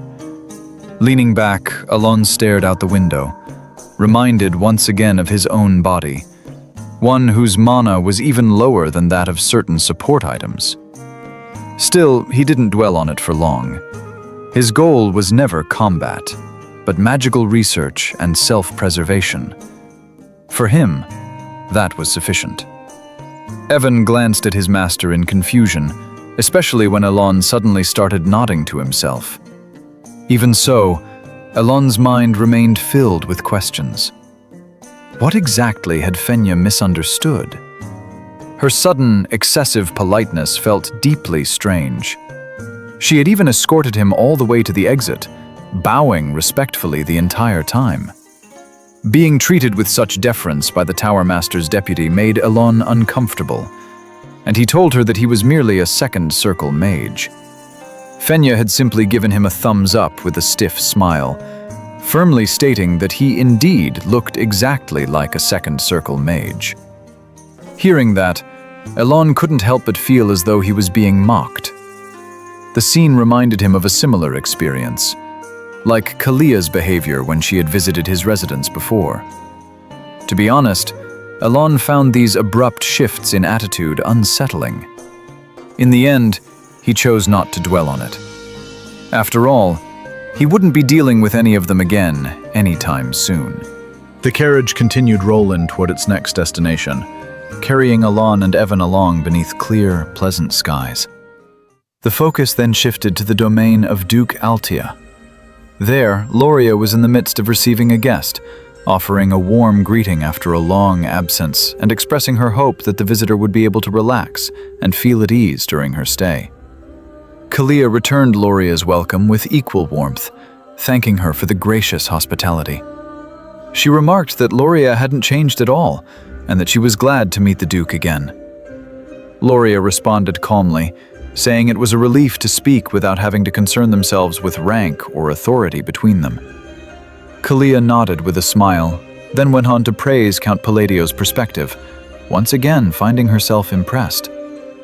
Her thoughts drifted back to Elon's advice some time ago, when he had suggested that she pay a visit to Duke Altia. According to Kalia, the moment she followed that advice, she immediately understood the Count's intentions. As long as she spoke with Duke Altia, both she and the Duke would soon realize just how low their positions truly were compared to Palladio. Regardless of Elon's personal motivations, Kalia interpreted this visit as an alliance forged by the Count's will. To her, struggles for power were nothing more than futile gestures in the presence of a single, absolute figure. In her eyes, Elon had clearly judged that Zenonia and Altia were far better off as allies than as enemies. Loria then asked about the purpose of Kalia's visit today, considering that the conference wouldn't begin until the following month. Kalia explained that the Count had sent a letter, using the timing of her visit as a convenient pretext. Curious, Loria immediately opened the letter and began to read. Within it, Elon extended his greetings to Kalia regarding her recent visit. In a polite tone, he explained his circumstances, that many nobles were not compatible with him, and asked for her understanding regarding his attitude at the time. When Loria finished reading, Kalia stated that while the letter appeared to be nothing more than a simple apology, there was clearly something hidden beneath its surface. Loria quickly agreed, saying that such a plain letter surely concealed a plan within it. Kalia concurred, regarding the letter as an important opportunity to discuss what was left unsaid. They began analyzing Elon's line about many nobles not being compatible with him. Slowly, they laid out their respective interpretations, naming various noble factions and royalist factions, then recalling which parties had spoken with Elon during the banquet. In the end, they reached the same conclusion. Elon disliked both the noble faction and the royal faction. And to both Kalia and Loria, that meant only one thing. In their eyes, Elon was ordering the elimination of all those factions. Upon reaching that conclusion, Loria immediately suggested that they rein things in and base their judgment on common sense. Kalia nodded in agreement. From there, the two of them gradually arrived at a new conclusion. That he, Elon Pallatio, seemed intent on pushing the existing nobles out altogether. Kalia and Loria began to suspect that Elon was aiming to create an entirely new regime. Loria lifted her gaze toward the ceiling, as though a ray of hope had slipped quietly into her thoughts. In her heart, she felt that this was precisely why Altia had needed his renown, and why they had chosen to elevate him to the rank of Duke. Slowly, she looked back at Kalia and said that if the hegemony of the Western territories were to fall under Elon's control, then something truly monumental was bound to happen. Kalia felt it as well. Her intuition told her that a great change was already drawing near. Now, the two of them began discussing the plans they would need to prepare in accordance with Count Palatio's will. Meanwhile, back at the Blue Magic Tower, the Lord of the Tower had finally returned. He immediately questioned his deputy about what Fenya had meant when she said that Count Palatio resembled the gate itself. Fenya was still slumped over her desk, her body limp as if she had lost half her strength, yet she nonetheless nodded in response to the Tower Lord's question. The Tower Lord promptly asked her to explain in detail. Still under immense mental strain, Fenya slowly raised her head, uncertain whether she should speak at all, especially since she was now bound by an oath to Elon, one that demanded her silence. The narrator concluded that the fragments of a puzzle, long scattered at random, drifting like elusive shadows that could never quite be grasped, had finally begun to move toward one another, gradually forming a complete picture at last. The focus shifted back to Alon and Evan, just as Alon suddenly choked while trying to swallow his food. Evan panicked and immediately asked if his master was all right. Alon explained that he had suddenly choked on a piece of sweet potato. Hearing that, Evan hurriedly handed him a drink to soothe his burning throat. Alon looked drained and unmotivated. He complained that he wanted to return home as soon as possible. In the back of his mind, he also felt that a letter from Utia should have arrived by now. The scene then shifted elsewhere. A woman stood before a statue shaped like a goddess. That woman was Utia. She wore a graceful smile, her stunning beauty softly framed by the light reflecting off the statue's surface, radiating a calmness that was difficult to put into words. The focus returned once more to the Blue Magic Tower, where the Tower Master had finally come back. The man was Salem Micardo, an 8th Circle mage who served as the Tower Master of the Blue Magic Tower. He stepped into Fenya's room and stated that he could no longer sense the presence of the Time Gate, asking if something had happened. Fenya looked utterly exhausted after the series of events that had shaken her to the core. She greeted the Tower Master's return with her head slightly lowered and replied that the task entrusted to her had been completed in full. Micardo grew even more concerned. He called Fenya's name hesitantly, but received no response. The sight of Fenya simply resting her head limply on the desk threw his thoughts into further disarray. He couldn't help but wonder if something truly serious had occurred, because Fenya wasn't scolding him as she usually would. He asked again what had actually happened. Fenya, however, remained rigid and silent, as if her thoughts were anchored somewhere far away. Micardo rubbed his chin, murmuring to himself as he tried to piece together the possibilities. He recalled that Fenya was an extraordinary talent, a genius who had risen to the position of Deputy Tower Master at a remarkably young age. Her blessed aptitude had allowed her arrogance and pride to soar as though they could pierce the heavens. That memory dragged Micardo back to past incidents, how Fenya had made novice mages cry time and time again, and this had already been the 77th occurrence. Even so, Fenya had always been serious about magic. Micardo had never intended to correct her personality. He once assumed that once Fenya reached the 7th Circle, she would come to realize how fragile human achievements truly were, and naturally grow more humble. Reality, however, proved otherwise. Fenya remained unyielding. That was why her sudden change in demeanor now struck Micardo as deeply unsettling. After considering all of this, Micardo stepped closer to Fenya's desk and, in a half-joking tone, remarked that his recent business trip to the north had indeed been rather long, and that perhaps Fenya had been overwhelmed by the backlog of work in his absence. Slowly, Fenya lifted her head. Her lips trembled without pause, as if she were struggling to hold back tears that could spill at any moment. Long story short, Fenya finally told Micardo a few things about Elon's visit. After hearing her account, Micardo understood that Count Palacio had closed the time gate. However, Fenya was unable to explain the details of how it was done, as she was bound by an absolute oath. Fenya fell silent for a moment.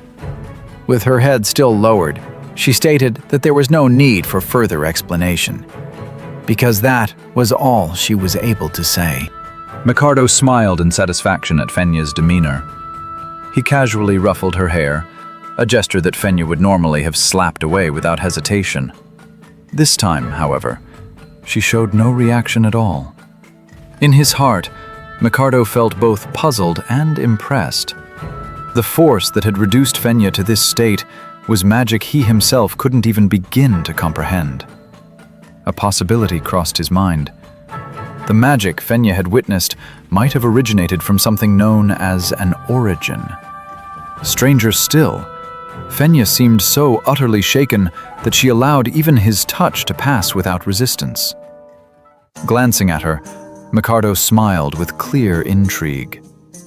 Under his breath, he murmured the name of Count Palacio of the Kingdom of Asteria, regarding him as a truly fascinating individual, someone who, without even realizing it, had managed to shatter the convictions of a genius. 1 month passed after Alon's return from the Blue Magic Tower. The scene shifted to Count Palacio's residence, where smoke could be seen rising high into the air. Within the courtyard, Alon was practicing magic. He let out a long breath after finishing a sequence of incantations, then realized inwardly that ever since obtaining the mark of the corrupted, his research into the phrases of Babylonia had begun advancing at a far faster pace. The amount of magic he could use each day had increased dramatically as well. Alon quickly wrote down his latest findings. He felt that he had uncovered a new rule regarding the phrases. In his notes, it read, "Important. Phrase rules. Magic will fail if these conditions are violated. Incompatible phrases must not be used. Repetition is forbidden. Maximum of 4 words. Using similar phrases may cause overlapping effects. The order of recitation appears to be crucial." After finishing his notes, Alon muttered that all of this seemed to be related to the structure or arrangement of the phrases, though he still wasn't completely certain. Evan walked over to his master with an impassive expression. He remarked that every time he witnessed Alon's magic, its power seemed to increase. Alon responded lightly, as if it were nothing worth making a fuss over. Evan, however, lowered his gaze, staring at the ground before them. In his heart, he realized something he couldn't ignore. The magic he had just seen didn't look like second circle magic at all. Compared to a few months ago, its power was now on an entirely different level. Before them, a massive crater had been carved into the earth, the aftermath of the spell Alon had just released. Alon stared at the hole in silence, realizing that it should have been impossible to pierce the ground to such a depth with mere gravity magic. In his mind, he analyzed the situation carefully. Second circle gravity magic, even at maximum output, should never have possessed destructive power on this scale. He had felt a surge in strength before, but now he understood that it hadn't been just a feeling. Evan still looked stunned and voiced his admiration once more, saying that Elon's magic was always remarkable. Elon didn't respond. His thoughts kept spinning, chasing one possibility after another as they collided in his mind. If the increase in power was this obvious, then the cause couldn't simply be proficiency or phrasing alone. Greater proficiency should only affect precision and the stability of a spell's manifestation, while phrases merely served as triggers that altered the nature and direction of the effect. Elon recalled that over the past several months, he had been researching phrase arrangements for gravity magic. Lately, without even realizing it, he had almost always been using the same sequence of words in the exact same order. In his mind, a research chart on phrase structures spread out with clarity. In the end, Elon concluded that magical power could indeed increase little by little once the most optimal arrangement was discovered, though such growth should still have a limit. After weighing all those possibilities, Elon turned to Evan and said that perhaps everything he was feeling was nothing more than an illusion or a temporary effect. There was no logical reason for his magic to suddenly surge in power, and maybe his physical condition had simply been especially good lately. Evan merely nodded, then produced a letter. He explained that a message from Utia had arrived, which was why he had come to deliver it personally. Elon thanked him and said that he would return to his room to read the letter. They then began to leave the courtyard. Evan looked slightly surprised when Elon decided to return earlier than expected. Elon briefly explained that he had already used up his 3 allotted spells for the day. As he walked, Elon slipped the letter into his book. His steps remained calm, yet his mind sank once more into contemplation. Something capable of suddenly increasing magical power. Could it be some kind of reward born from a curse? Curses were rituals from the East that involved sacrifice. They could be placed upon oneself or others, requiring the bearer to shoulder a certain loss as the price in exchange for a commensurate reward. Elon quickly dismissed the idea. No one around him was from the East, and he himself had never performed such a ritual. Another possibility crossed his mind: receiving something akin to belief, or having others place their faith in him. But as a mere count of a small kingdom, one nearly ignored by the underworld at large, it felt impossible for him to gain something on that scale. That line of thought only made his chest feel tight. Elon began to sense that this increase might not be a good sign at all, but the beginning of something ominous. After weighing everything, Elon's spirits gradually dimmed. He murmured inwardly that sometimes one had to choose to look away and not burden oneself too much with things that could not yet be understood. The scene then shifted to the capital of the Holy Kingdom of Rosario, specifically the city of Lionel, a sacred white city, the center of worship for Sironia, the goddess of the moon and peace.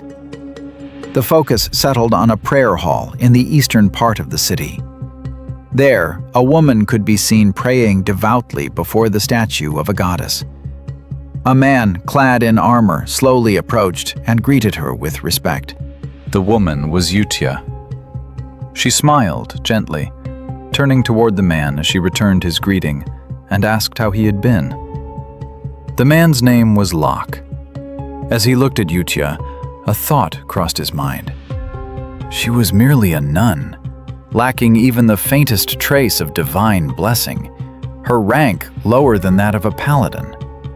Yet, for some reason, his instincts urged him to treat her with respect. Locke lowered his head and reported that this time he had managed to save 8 children and 25 lives in a small village to the southeast. He emphasized that it had all been possible because of Utia. Utia responded with humility. In her view, Locke was the one who had carried out the good deeds, and it was he who had guided someone as insignificant as herself. Hearing this, Locke expressed his gratitude, an unending sense of thanks that never seemed to fade. his thoughts drifted back to the past, to a time when he had been shrouded in profound despair. In his mind, he saw himself years ago, on the day he had nearly given up entirely, unable to feel even the slightest trace of holy power, as though he had been utterly rejected by divine light. That day, his sword slipped from his grasp. The heavy metal blade struck the floor of the training barracks with a dull thud. Locke collapsed to the ground, his breathing ragged and uneven. And it was in the depths of that despair that Yutia approached him. In a calm voice, she told him that if there was something Locke truly longed for, then he should try placing his faith in the moon. Naturally, Locke was confused by those words. Yutia merely smiled softly and said that Locke would understand once he truly believed in the moon.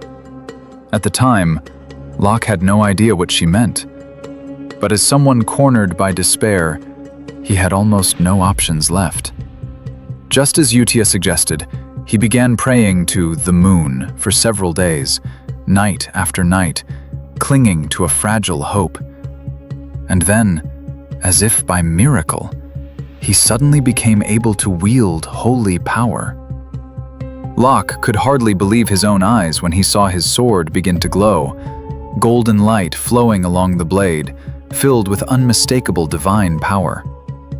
Yet beneath that joy, unease took root in his mind.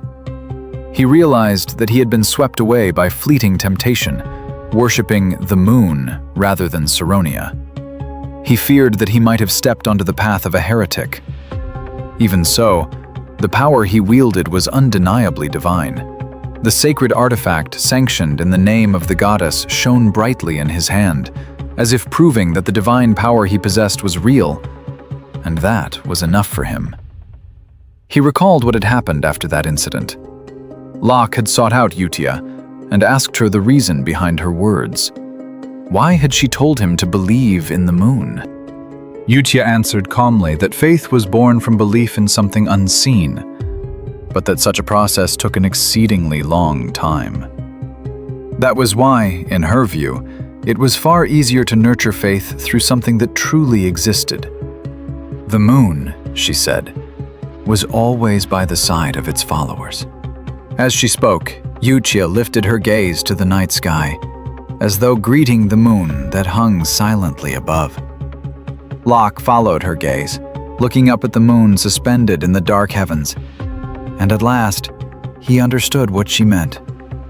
He realized that the goddess herself was also symbolized by the moon, a tangible symbol that could always be seen.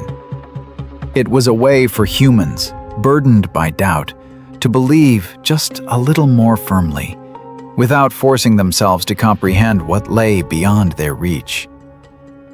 With a voice filled with sincerity, Locke bowed and expressed his gratitude to Yutia. In that moment, for the first time, Locke bowed his head in respect to Yutia, not as a paladin to a nun, but as one human to another, who had guided him toward the light. The story then returned to the present, as Locke once again visited Yutia at the Eastern Prayer Hall. Yutia smiled gently and said that if Locke wished to show his gratitude, he could pray together with her. Her words sounded like a quiet invitation, carrying not the slightest hint of coercion. Locke returned her smile, placed his left hand over his chest, and declared that he would do so, again and again. Yutia then mentioned that it happened to be the time of prayer and that many people had already gathered. She led Locke into a vast hall where dozens of worshippers filled the space. With slow, silent steps, Yutia walked toward the altar at the far end. Moonlight streamed through the tall windows, illuminating the altar and wrapping the hall in a sacred, hushed atmosphere. Upon reaching the altar, Yutia finally spoke. She invited everyone present to offer their prayers to the great moon. And so the narration closed with a second introduction. The woman was Yutia Bloodia, a nun of the Holy Kingdom of Rosario. The focus then shifted back to Elon's room. There he was reading the letter Utia had sent him. After finishing it, he let out a long breath, realizing there was nothing particularly special written inside, just simple accounts of everyday life. Yet from that very simplicity, he understood that everyone was doing just fine. That realization should have brought him relief, but instead, a quiet loneliness welled up inside. Elon felt a faint sadness at the fact that he hadn't received a single letter from anyone else besides Utia. When he tried to see things from their perspective, he could understand. To people who had never even seen his face, he was probably nothing more than someone who had helped them once. Just a middle-aged man who did a good deed and then disappeared, without truly becoming part of their lives. Wearing a listless expression, Elon reminded himself that he had already fulfilled his main objective. He had ensured that they stayed on the right path and wouldn't go on to destroy the world, so there was no reason for him to be sad or to regret anything. With that thought, he tried to suppress the disappointment slowly settling in his chest, imagining himself meditating, sweeping away noisy thoughts and seeking inner peace. In that silence, he felt nothing at all. After a while, Elon slowly lifted his head. He realized that even though Utia was surely incredibly busy with her own affairs, she still made the effort to send him a letter every month. A small, simple habit that somehow meant a great deal amid the quiet of his days. Yet beneath the calm he forced upon himself, a part of him was quietly crying. After raising 5 children, he realized that, in the end, only the eldest truly appreciated his efforts. Even so, he reassured himself once more that he was fine. While he was drowning in his thoughts, Elon was suddenly startled by Evan calling out to him. The call came without warning, making Elon's body jolt reflexively as his breath hitched for a moment. A few seconds later, Elon cleared his throat softly, trying to compose himself and put his usual calm expression back in place.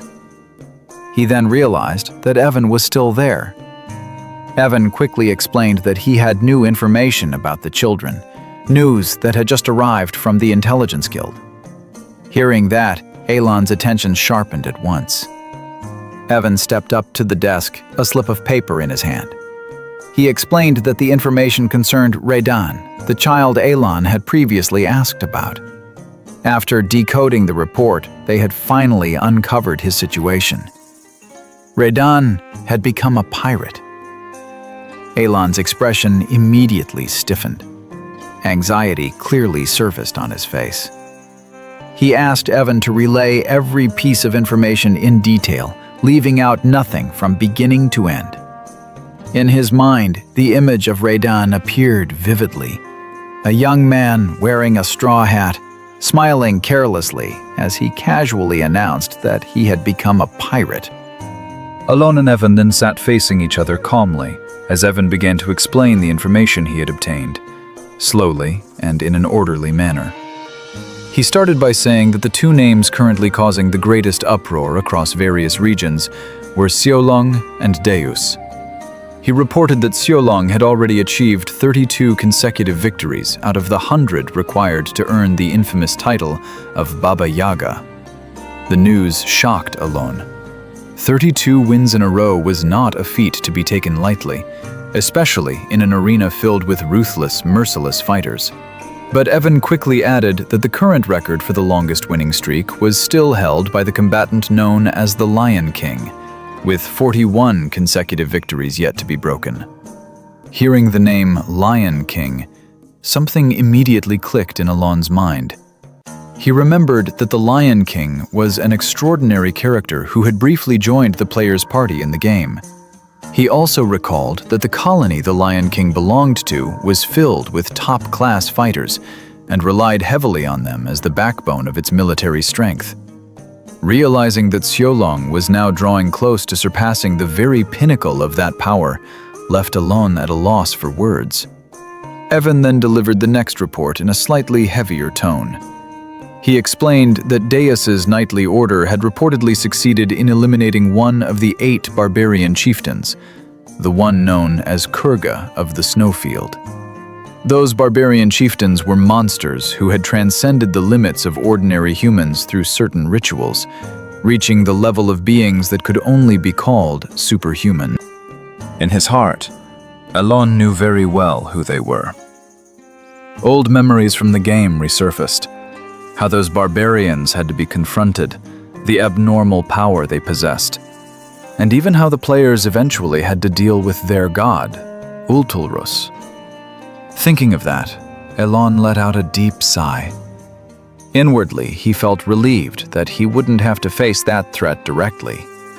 Ultulrus was an entity that would only descend once the 5 great sins appeared in the world, and dealing with that situation in the past had been nothing but troublesome, long, exhausting, and endlessly vexing.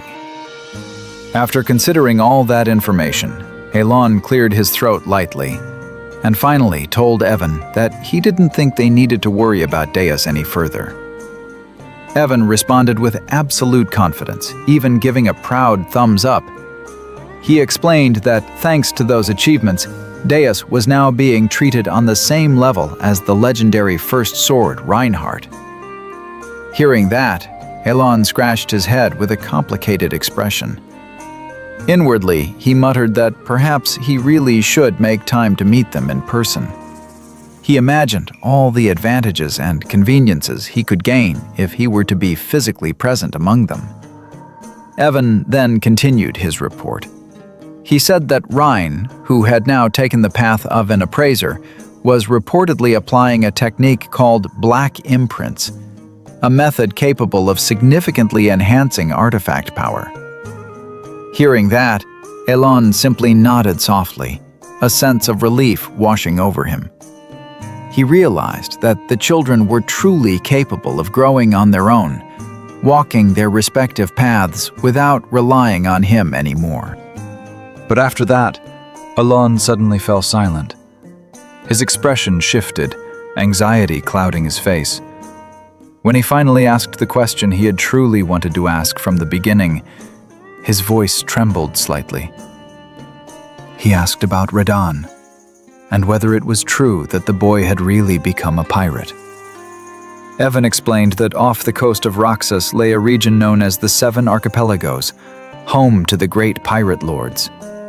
Among those 7 islands, Radon had reportedly become the captain who ruled over the largest one, the first archipelago, a position that signified overwhelming power and influence. The moment he heard that, Alon's heart rebelled. Anxiety and rejection tangled together inside him. It felt impossible.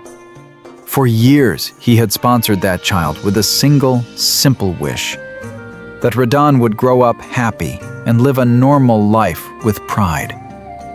Yet now, faced with reality, the boy he had hoped would live ordinarily was standing as a great pirate.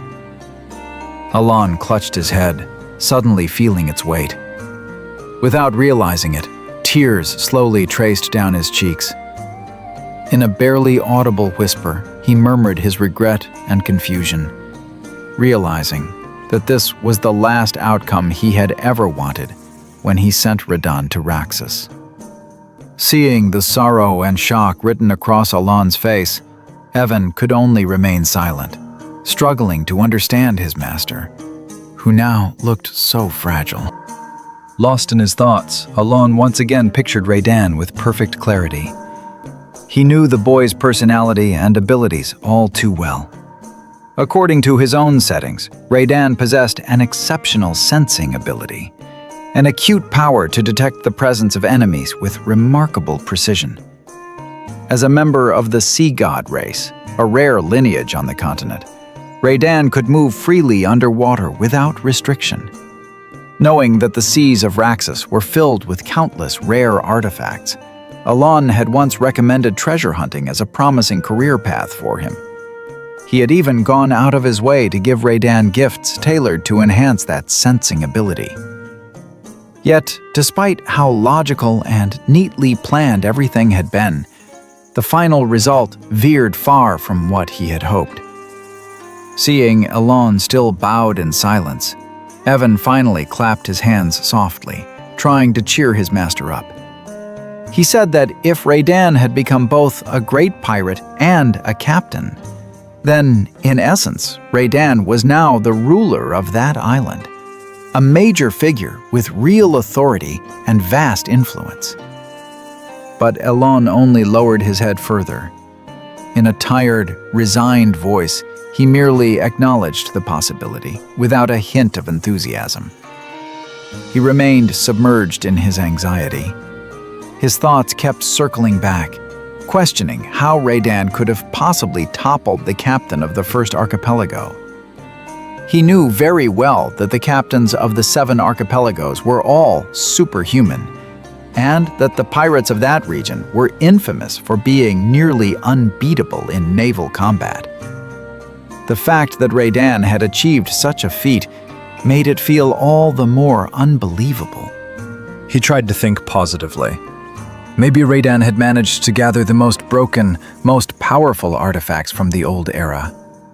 Elon remembered how much time and effort he had once poured into the treasure hunter minigame just to obtain top-tier gear. It was possible that Raydan had seized the captain's position purely through the strength of his items. Yet even that thought failed to truly calm his heart. The more he dwelled on it, the heavier his head felt. He held his aching temples as a bitter sensation slowly crept into his chest, pressing down without mercy. He knew the world didn't always follow one's plans, but this bitterness was different, strange, and painful. It was the feeling of a father who had done everything he could for his child, only to see that child become a pirate. After sinking too long into those thoughts, Elon's body finally slumped weakly into his chair. Seeing his master's state, Evan immediately rose with a worried expression. The scene shifted far away, leaving that room behind and moving to the heart of the Korkia kingdom, the great maritime city of Raxus. Upon the vast waters before the city stretched the 7 paradises of pirates. Among them, the greatest was the first archipelago. It had once been ruled by a legendary captain, the great pirate known as Red Slayer Alcarade, a man who enjoyed the Heavenly King's protection through wealth and power.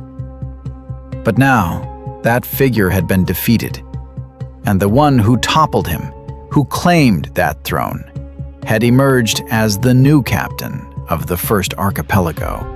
At the top of a tall building, Raydan stood, taking in the vast stretch of sea before him. The ocean wind whipped through his hair, and a wide smile briefly crossed his face. But slowly, that smile faded away.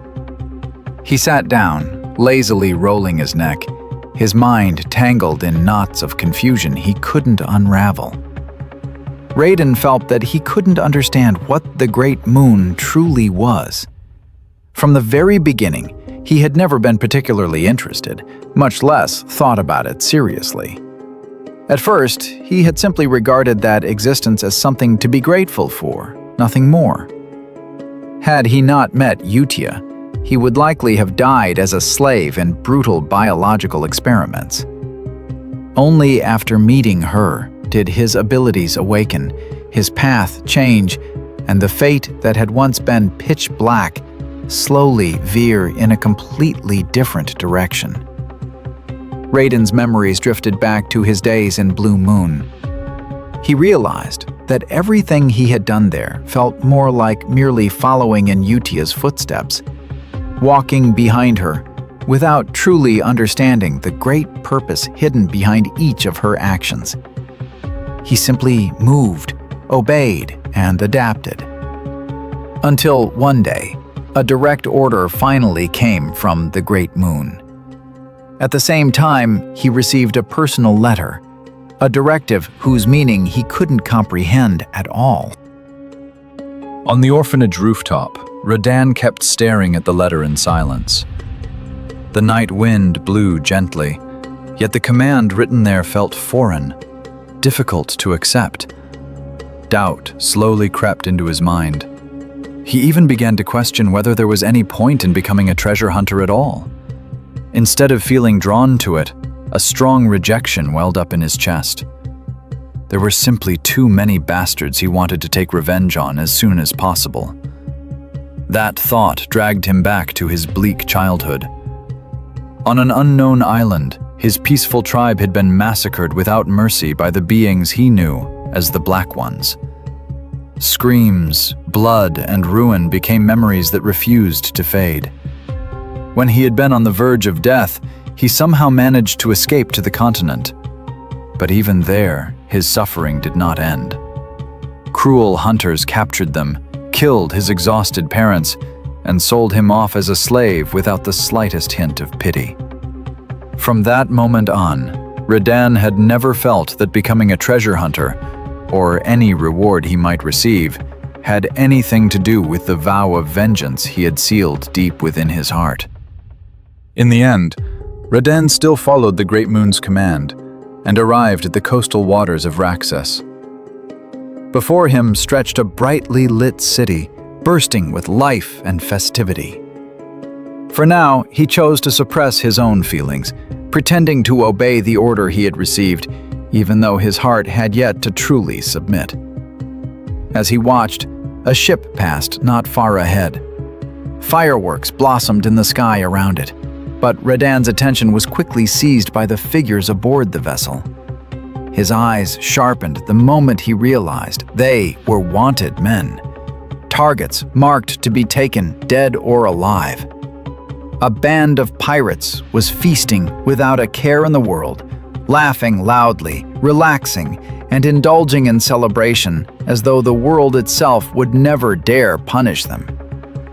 Among them stood a man with a striking scar over one eye, lighting a cigarette with magic. A tiny spark flared at his fingertip before slowly fading. With a voice brimming with confidence and pride, he spoke of the heavenly king's blessing, saying that such power could only be granted to chosen captains, the captains of the 7 archipelagos. In that instant, Radan's eyes blazed as he stared at the scarred man. In the same heartbeat, the dark memories he had forced down for so long surged back with merciless clarity. At last, he was face to face with the very people who had murdered his parents. Those bastards weren't just alive. They were standing proudly, basking in the forbidden power that should never have been theirs. Radan then realized that the so-called Heavenly King was nothing but a lie deliberately spread around. That power could in truth only be bestowed by the sea god, Clyad, through a sacred ritual that used parts of the sea god race as sacrificial media. The fact that every captain of the 7 archipelagos wielded the same power led to one inescapable conclusion. Those cursed hunters had torn apart the remains of his parents' bodies to obtain that strength. His gaze burned, filled with a hatred both cold and deep, as he realized that the bastards before him were the very ones who had split his parents' bodies into 7 pieces. Yet beneath that roaring hatred, one thought kept gnawing at him. He had never told anyone about his past. So how could the Great Moon possibly know? The feeling left him with the unsettling impression that this chance for revenge, now, right before his eyes, had been arranged by the Great Moon in order to fulfill some promise. Radan's hands clenched tightly as he stared at his enemies, who continued their carefree revelry without a trace of guilt. Even so, he knew he could not move yet. They were superhumans who commanded the power of the sea god, enemies who could only be brought down through careful calculation, not mere rage. Little by little, the storm raging inside Radon began to calm. His breathing steadied. He slipped a hand into his pocket and drew out an item, a necklace with a gleaming golden pendant. Radon stared at it for a long while, feeling the weight of its meaning. If everything that had happened truly had been set in motion from the very beginning, then this gift from the Great Moon was no simple ornament. He was certain the Great Moon had arranged everything with meticulous precision, leaving no room for coincidence. With a composed motion, Radon put on the necklace. Slowly, its effect seeped into his body, blending seamlessly with the flow of his power. Beneath the moonlight, he tightened his grip around the pendant. He was sure of it. The Great Moon had already laid the groundwork and the framework for his vengeance. The next day came. At noon, standing shirtless atop a hill overlooking the coastline, Radon jumped without hesitation. The sea exploded around him as he hit the water, and he immediately dove deeper. The item on his body reacted, releasing a faint glow. Gradually, the surrounding water formed something like spectacles that slipped over his eyes, merging with him as naturally as breathing. The gift from the Great Moon was called the Spectacles of Amrita. In an instant, Radon's vision turned crystal clear and razor sharp, as if locking onto every treasure around him. The artifact allowed him to perceive and track relics hidden far below the ocean floor with ease. Deep beneath the ocean floor, inside sunken chests, Raiden truly found treasure. Ancient artifacts brimming with overwhelming power. Some of the relics he unearthed filled in the gaps in his strength, patching the weaknesses he had always been painfully aware of. By the time he finished hunting, afternoon had already melted into night. Raiden returned to shore with steady steps. Artifacts wrapped around his legs, several chests were slung along with him, and his body was now adorned with relics he had claimed from the depths. The Great Moon had kept its promise. Not only had it pushed his targets of vengeance right before his eyes, it had also granted him the strength to carry it out. At last, Raiden fully understood the true intention behind the order written in that letter. He was being guided to exact his revenge and seize control of the 7 archipelagos. A faint smile tugged at his lips as he looked up at the moon hanging silently in the night sky. Suddenly, Utia's words slipped into his mind. Back then, she had said, "Everything is for the Great Moon." The memory struck him, and his hand reflexively went to his head. Words that once stirred nothing inside him slowly engraved themselves upon his heart, turning into a quiet yet absolute light of conviction. Everything is for the Great Moon. That night, on the lonely shore beneath the moonlit sky, Raiden finally reached enlightenment.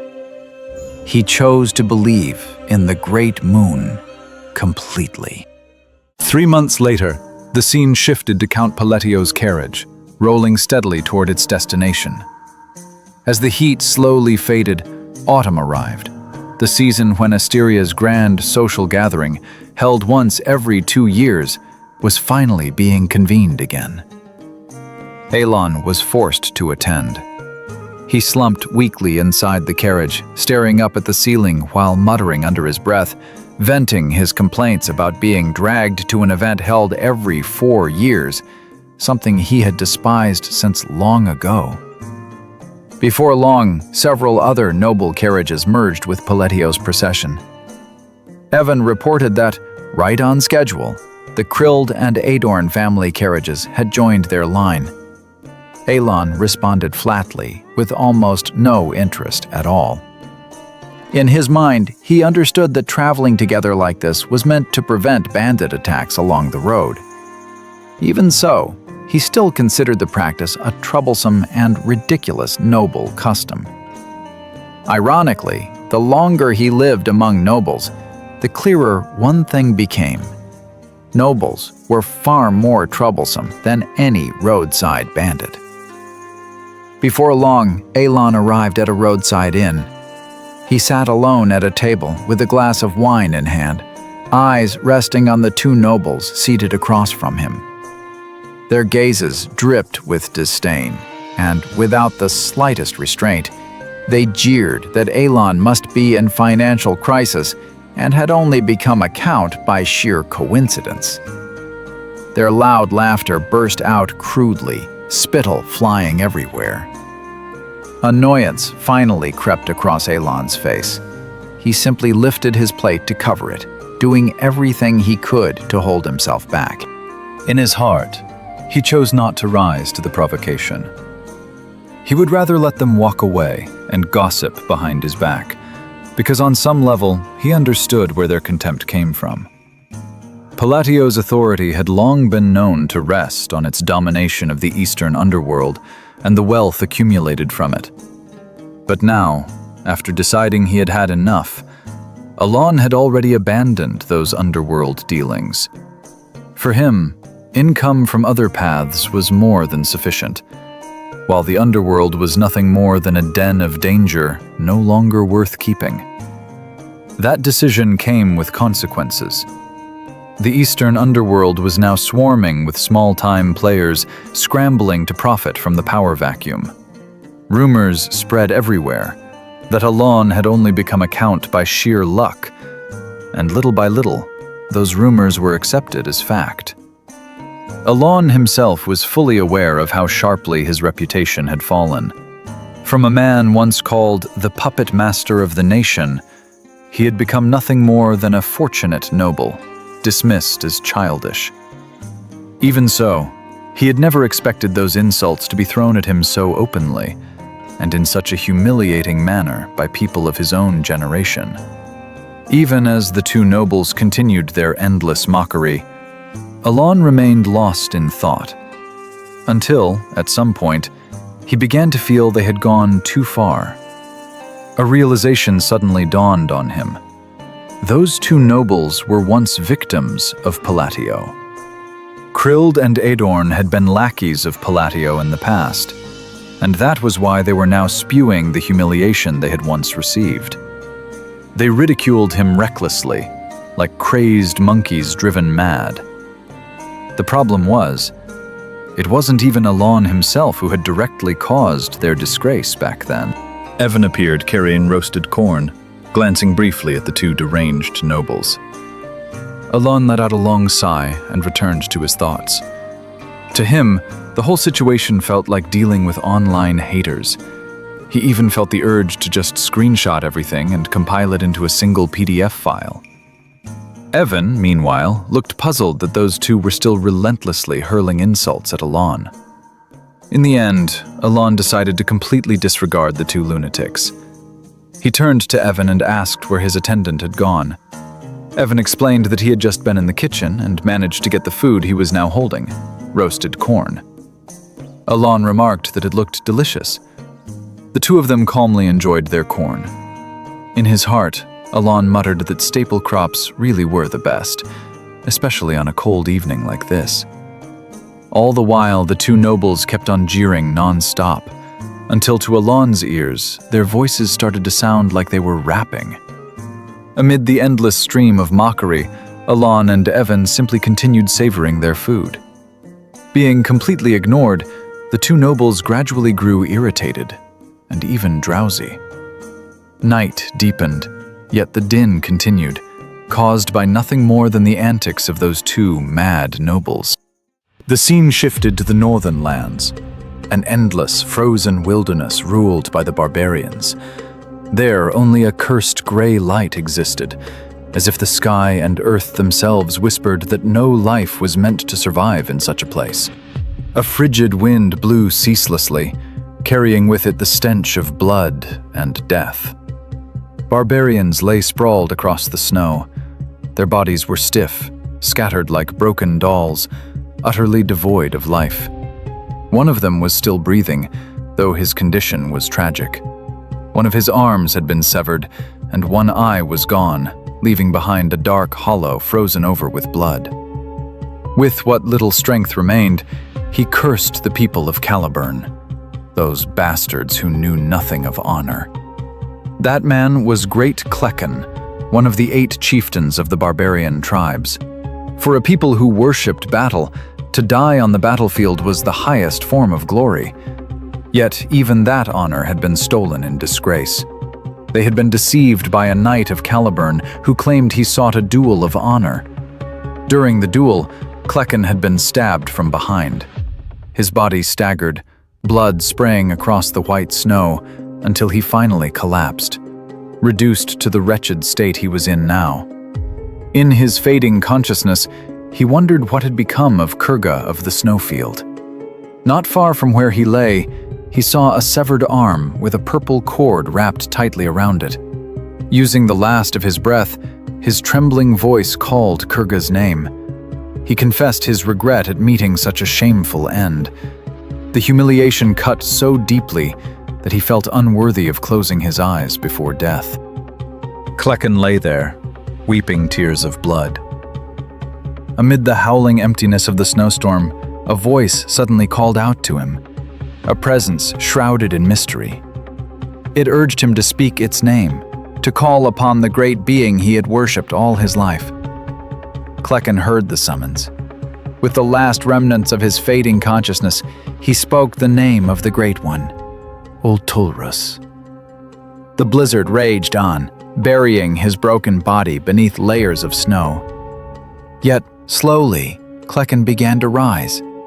He drove his remaining hand into the ice, forcing his shattered frame upright despite the trembling that racked him.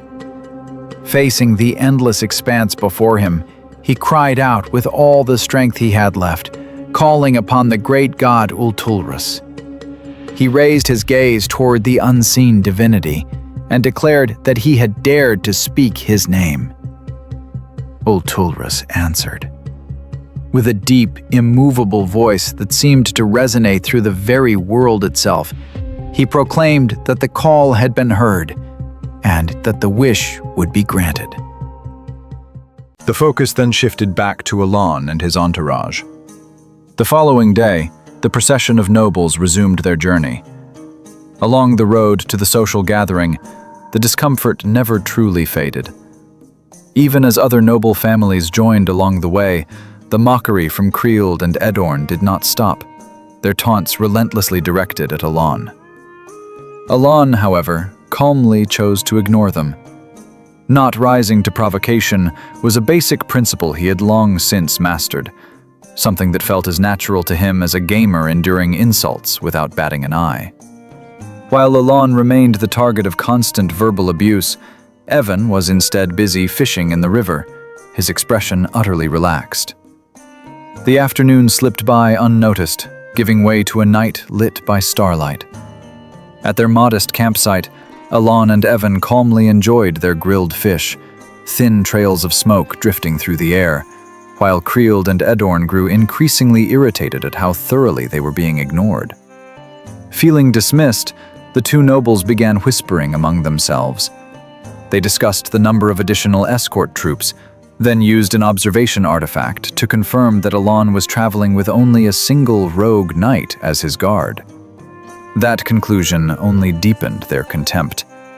To them, it was repulsive that someone like Alon would dare sit on equal footing with true nobles. Meanwhile, Alon and Evan remained utterly at ease. Alon even frowned slightly when he burned his mouth on the hot grilled fish, paying not the slightest attention to the disdainful gazes directed his way. Seeing how calm and unbothered Alon remained, Krield and Edorn began discussing a plan in hushed, indirect tones.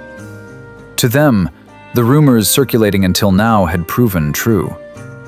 They decided that the time had come to step back into the underworld. The period of restraint, of quietly gauging Palatio's intentions, was over. In their minds, Visions of immense wealth and overwhelming power from the underworld danced vividly before their eyes. Once they reclaimed control, they planned to give Alon a small gift, a bitter lesson in how the world truly worked for those deemed too weak. Their laughter spilled out low and satisfied, filled with fantasies of luxury soon to be theirs. However, in the midst of their satisfied laughter, an unfamiliar, unnatural sound of footsteps suddenly rustled from the bushes behind them. Kryold and Edorn snapped their heads around, confusion and wariness flashing across their faces. Before they could react any further, piercing screams burst from their throats. The shrieks rang sharply through the night, reaching the ears of the noble guards stationed around the camp. From the depths of the dark forest, figures began to emerge, one after another. Monsters with glowing red eyes, their feral gazes reflecting the light of the night.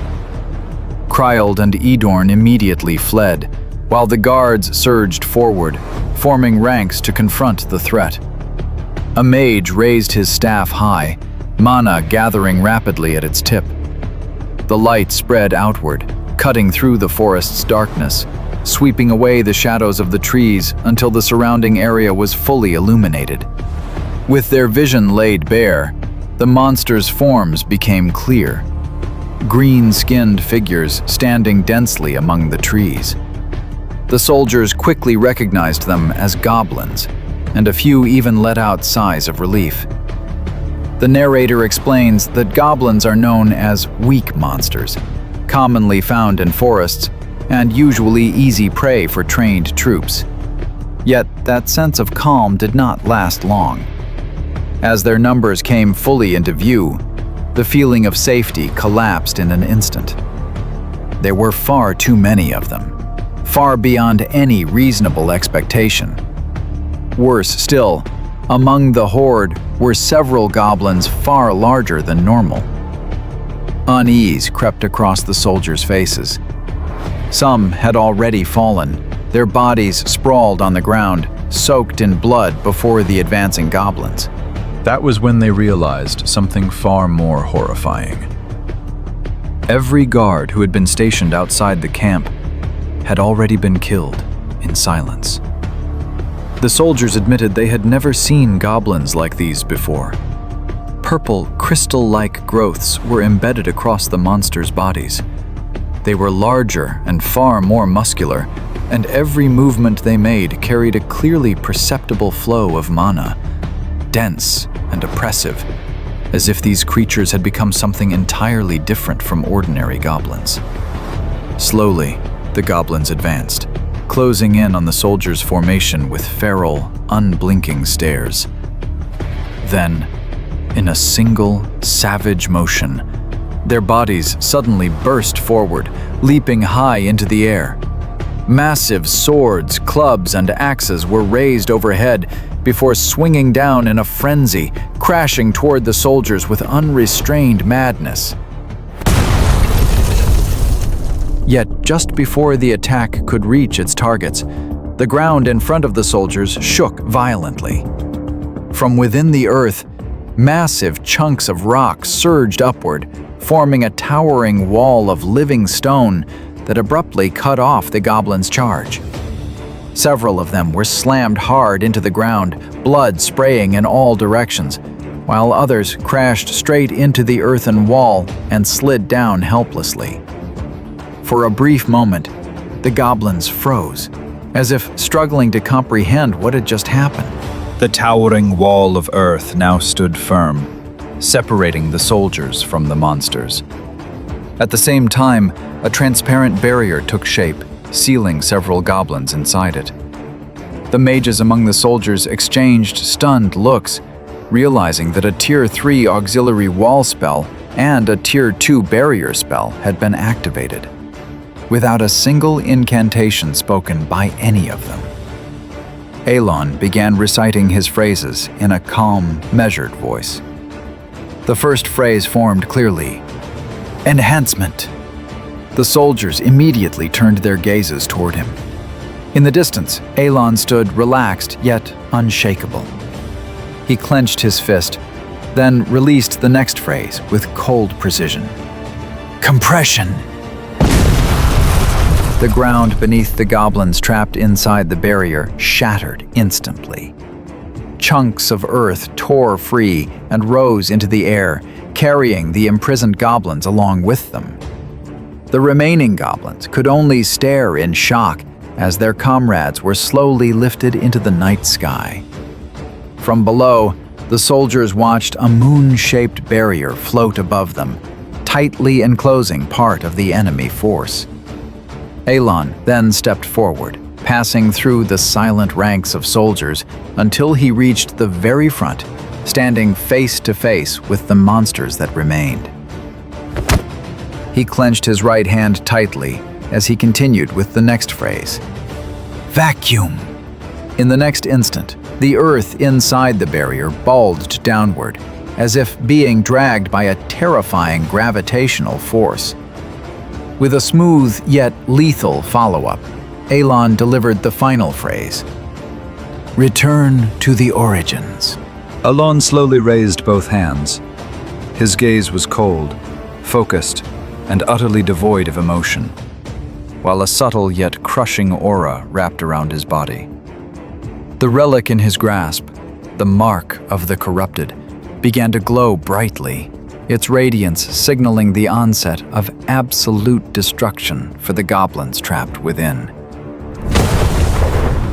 The chunks of earth inside the barrier erupted outward like a meteor shower, blasting forward with brutal force and smashing into the goblins on the ground below.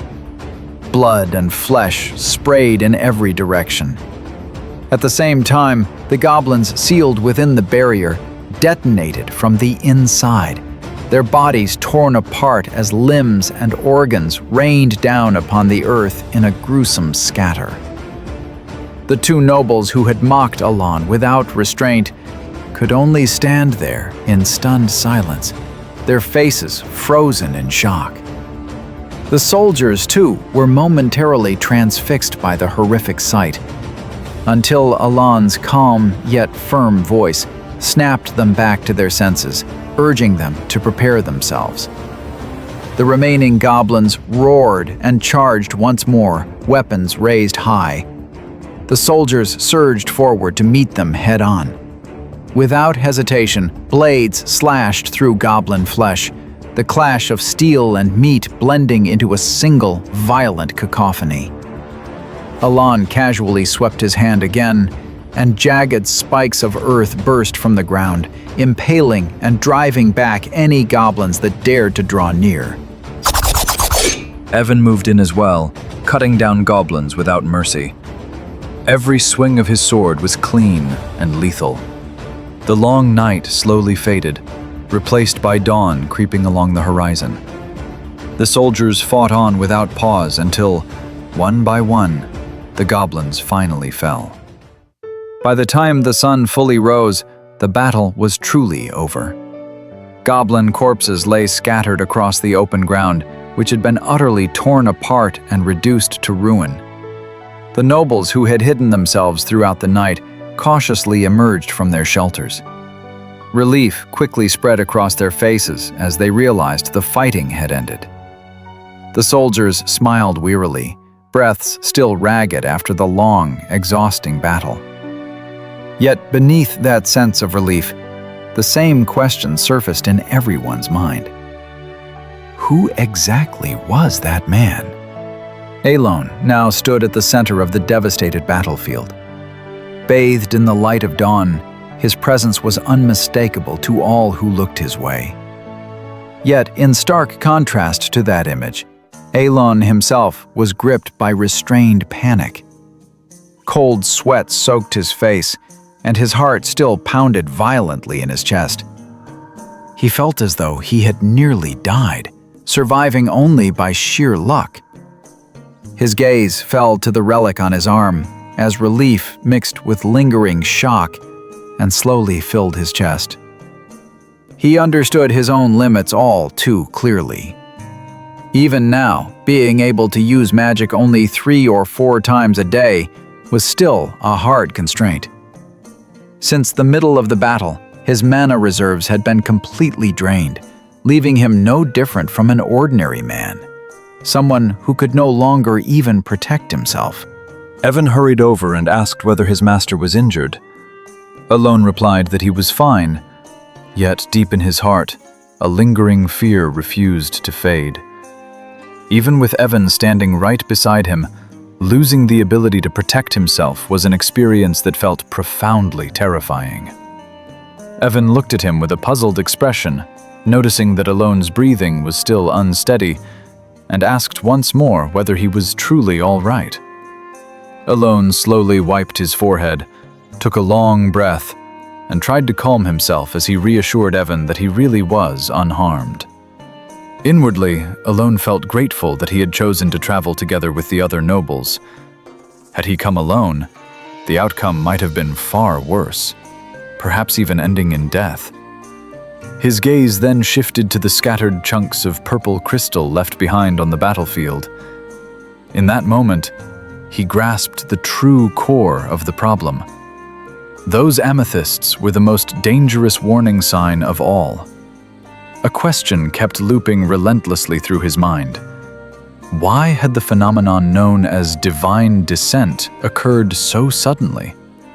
Divine descent should only manifest when an outer god is about to descend into the world. Monsters affected by it become far more savage, their physical strength increasing drastically. Such a thing should have been impossible at this point in time. Divine descent was a clear omen of the outer gods, beings meant to appear only after the 5 deadly sins had awakened and the laws of the world had begun to collapse. And yet, the outer gods were already drawing near. That realization hardened Alone's expression, filling it with bitterness and confusion. The children had not yet awakened as the 5 deadly sins, and yet signs of destruction were already surfacing ahead of schedule. He began to speculate in silence, searching for any mistake he might have made along the way. Alone realized with painful clarity that something was deeply wrong. The moment he reached his destination, information had to be gathered as quickly as possible. If this situation continued without answers, then his death in the near future would no longer be a mere possibility. It would be an inevitability, waiting only for its time. Once everything was truly over, Alone and Evan began to leave the battlefield. Before departing completely, Evan cast a brief glance over his shoulder, his gaze cold and razor-sharp. That single look was enough to plunge Krild and Edorn into deep anxiety, especially after they had witnessed firsthand a fraction of Alone's power, far beyond anything they had anticipated. Time passed. The following day, the focus shifted to the residence of Duke Rotegra. A magnificent palace stood gracefully before the procession of noble carriages as they entered the estate one by one. Alone, having just stepped down from his carriage, looked pale. A sudden wave of nausea struck him, forcing him to clutch his mouth and stomach on reflex. After enduring so many hardships, the grand social gathering finally began. With unsteady steps, Alone made his way into the palace, his body swaying slightly as Evan supported him from behind. In his mind, only one simple wish remained: that all of this would end as soon as possible, so he could return home and finally enjoy a deep, peaceful sleep after the exhausting chain of events that had drained him to the core.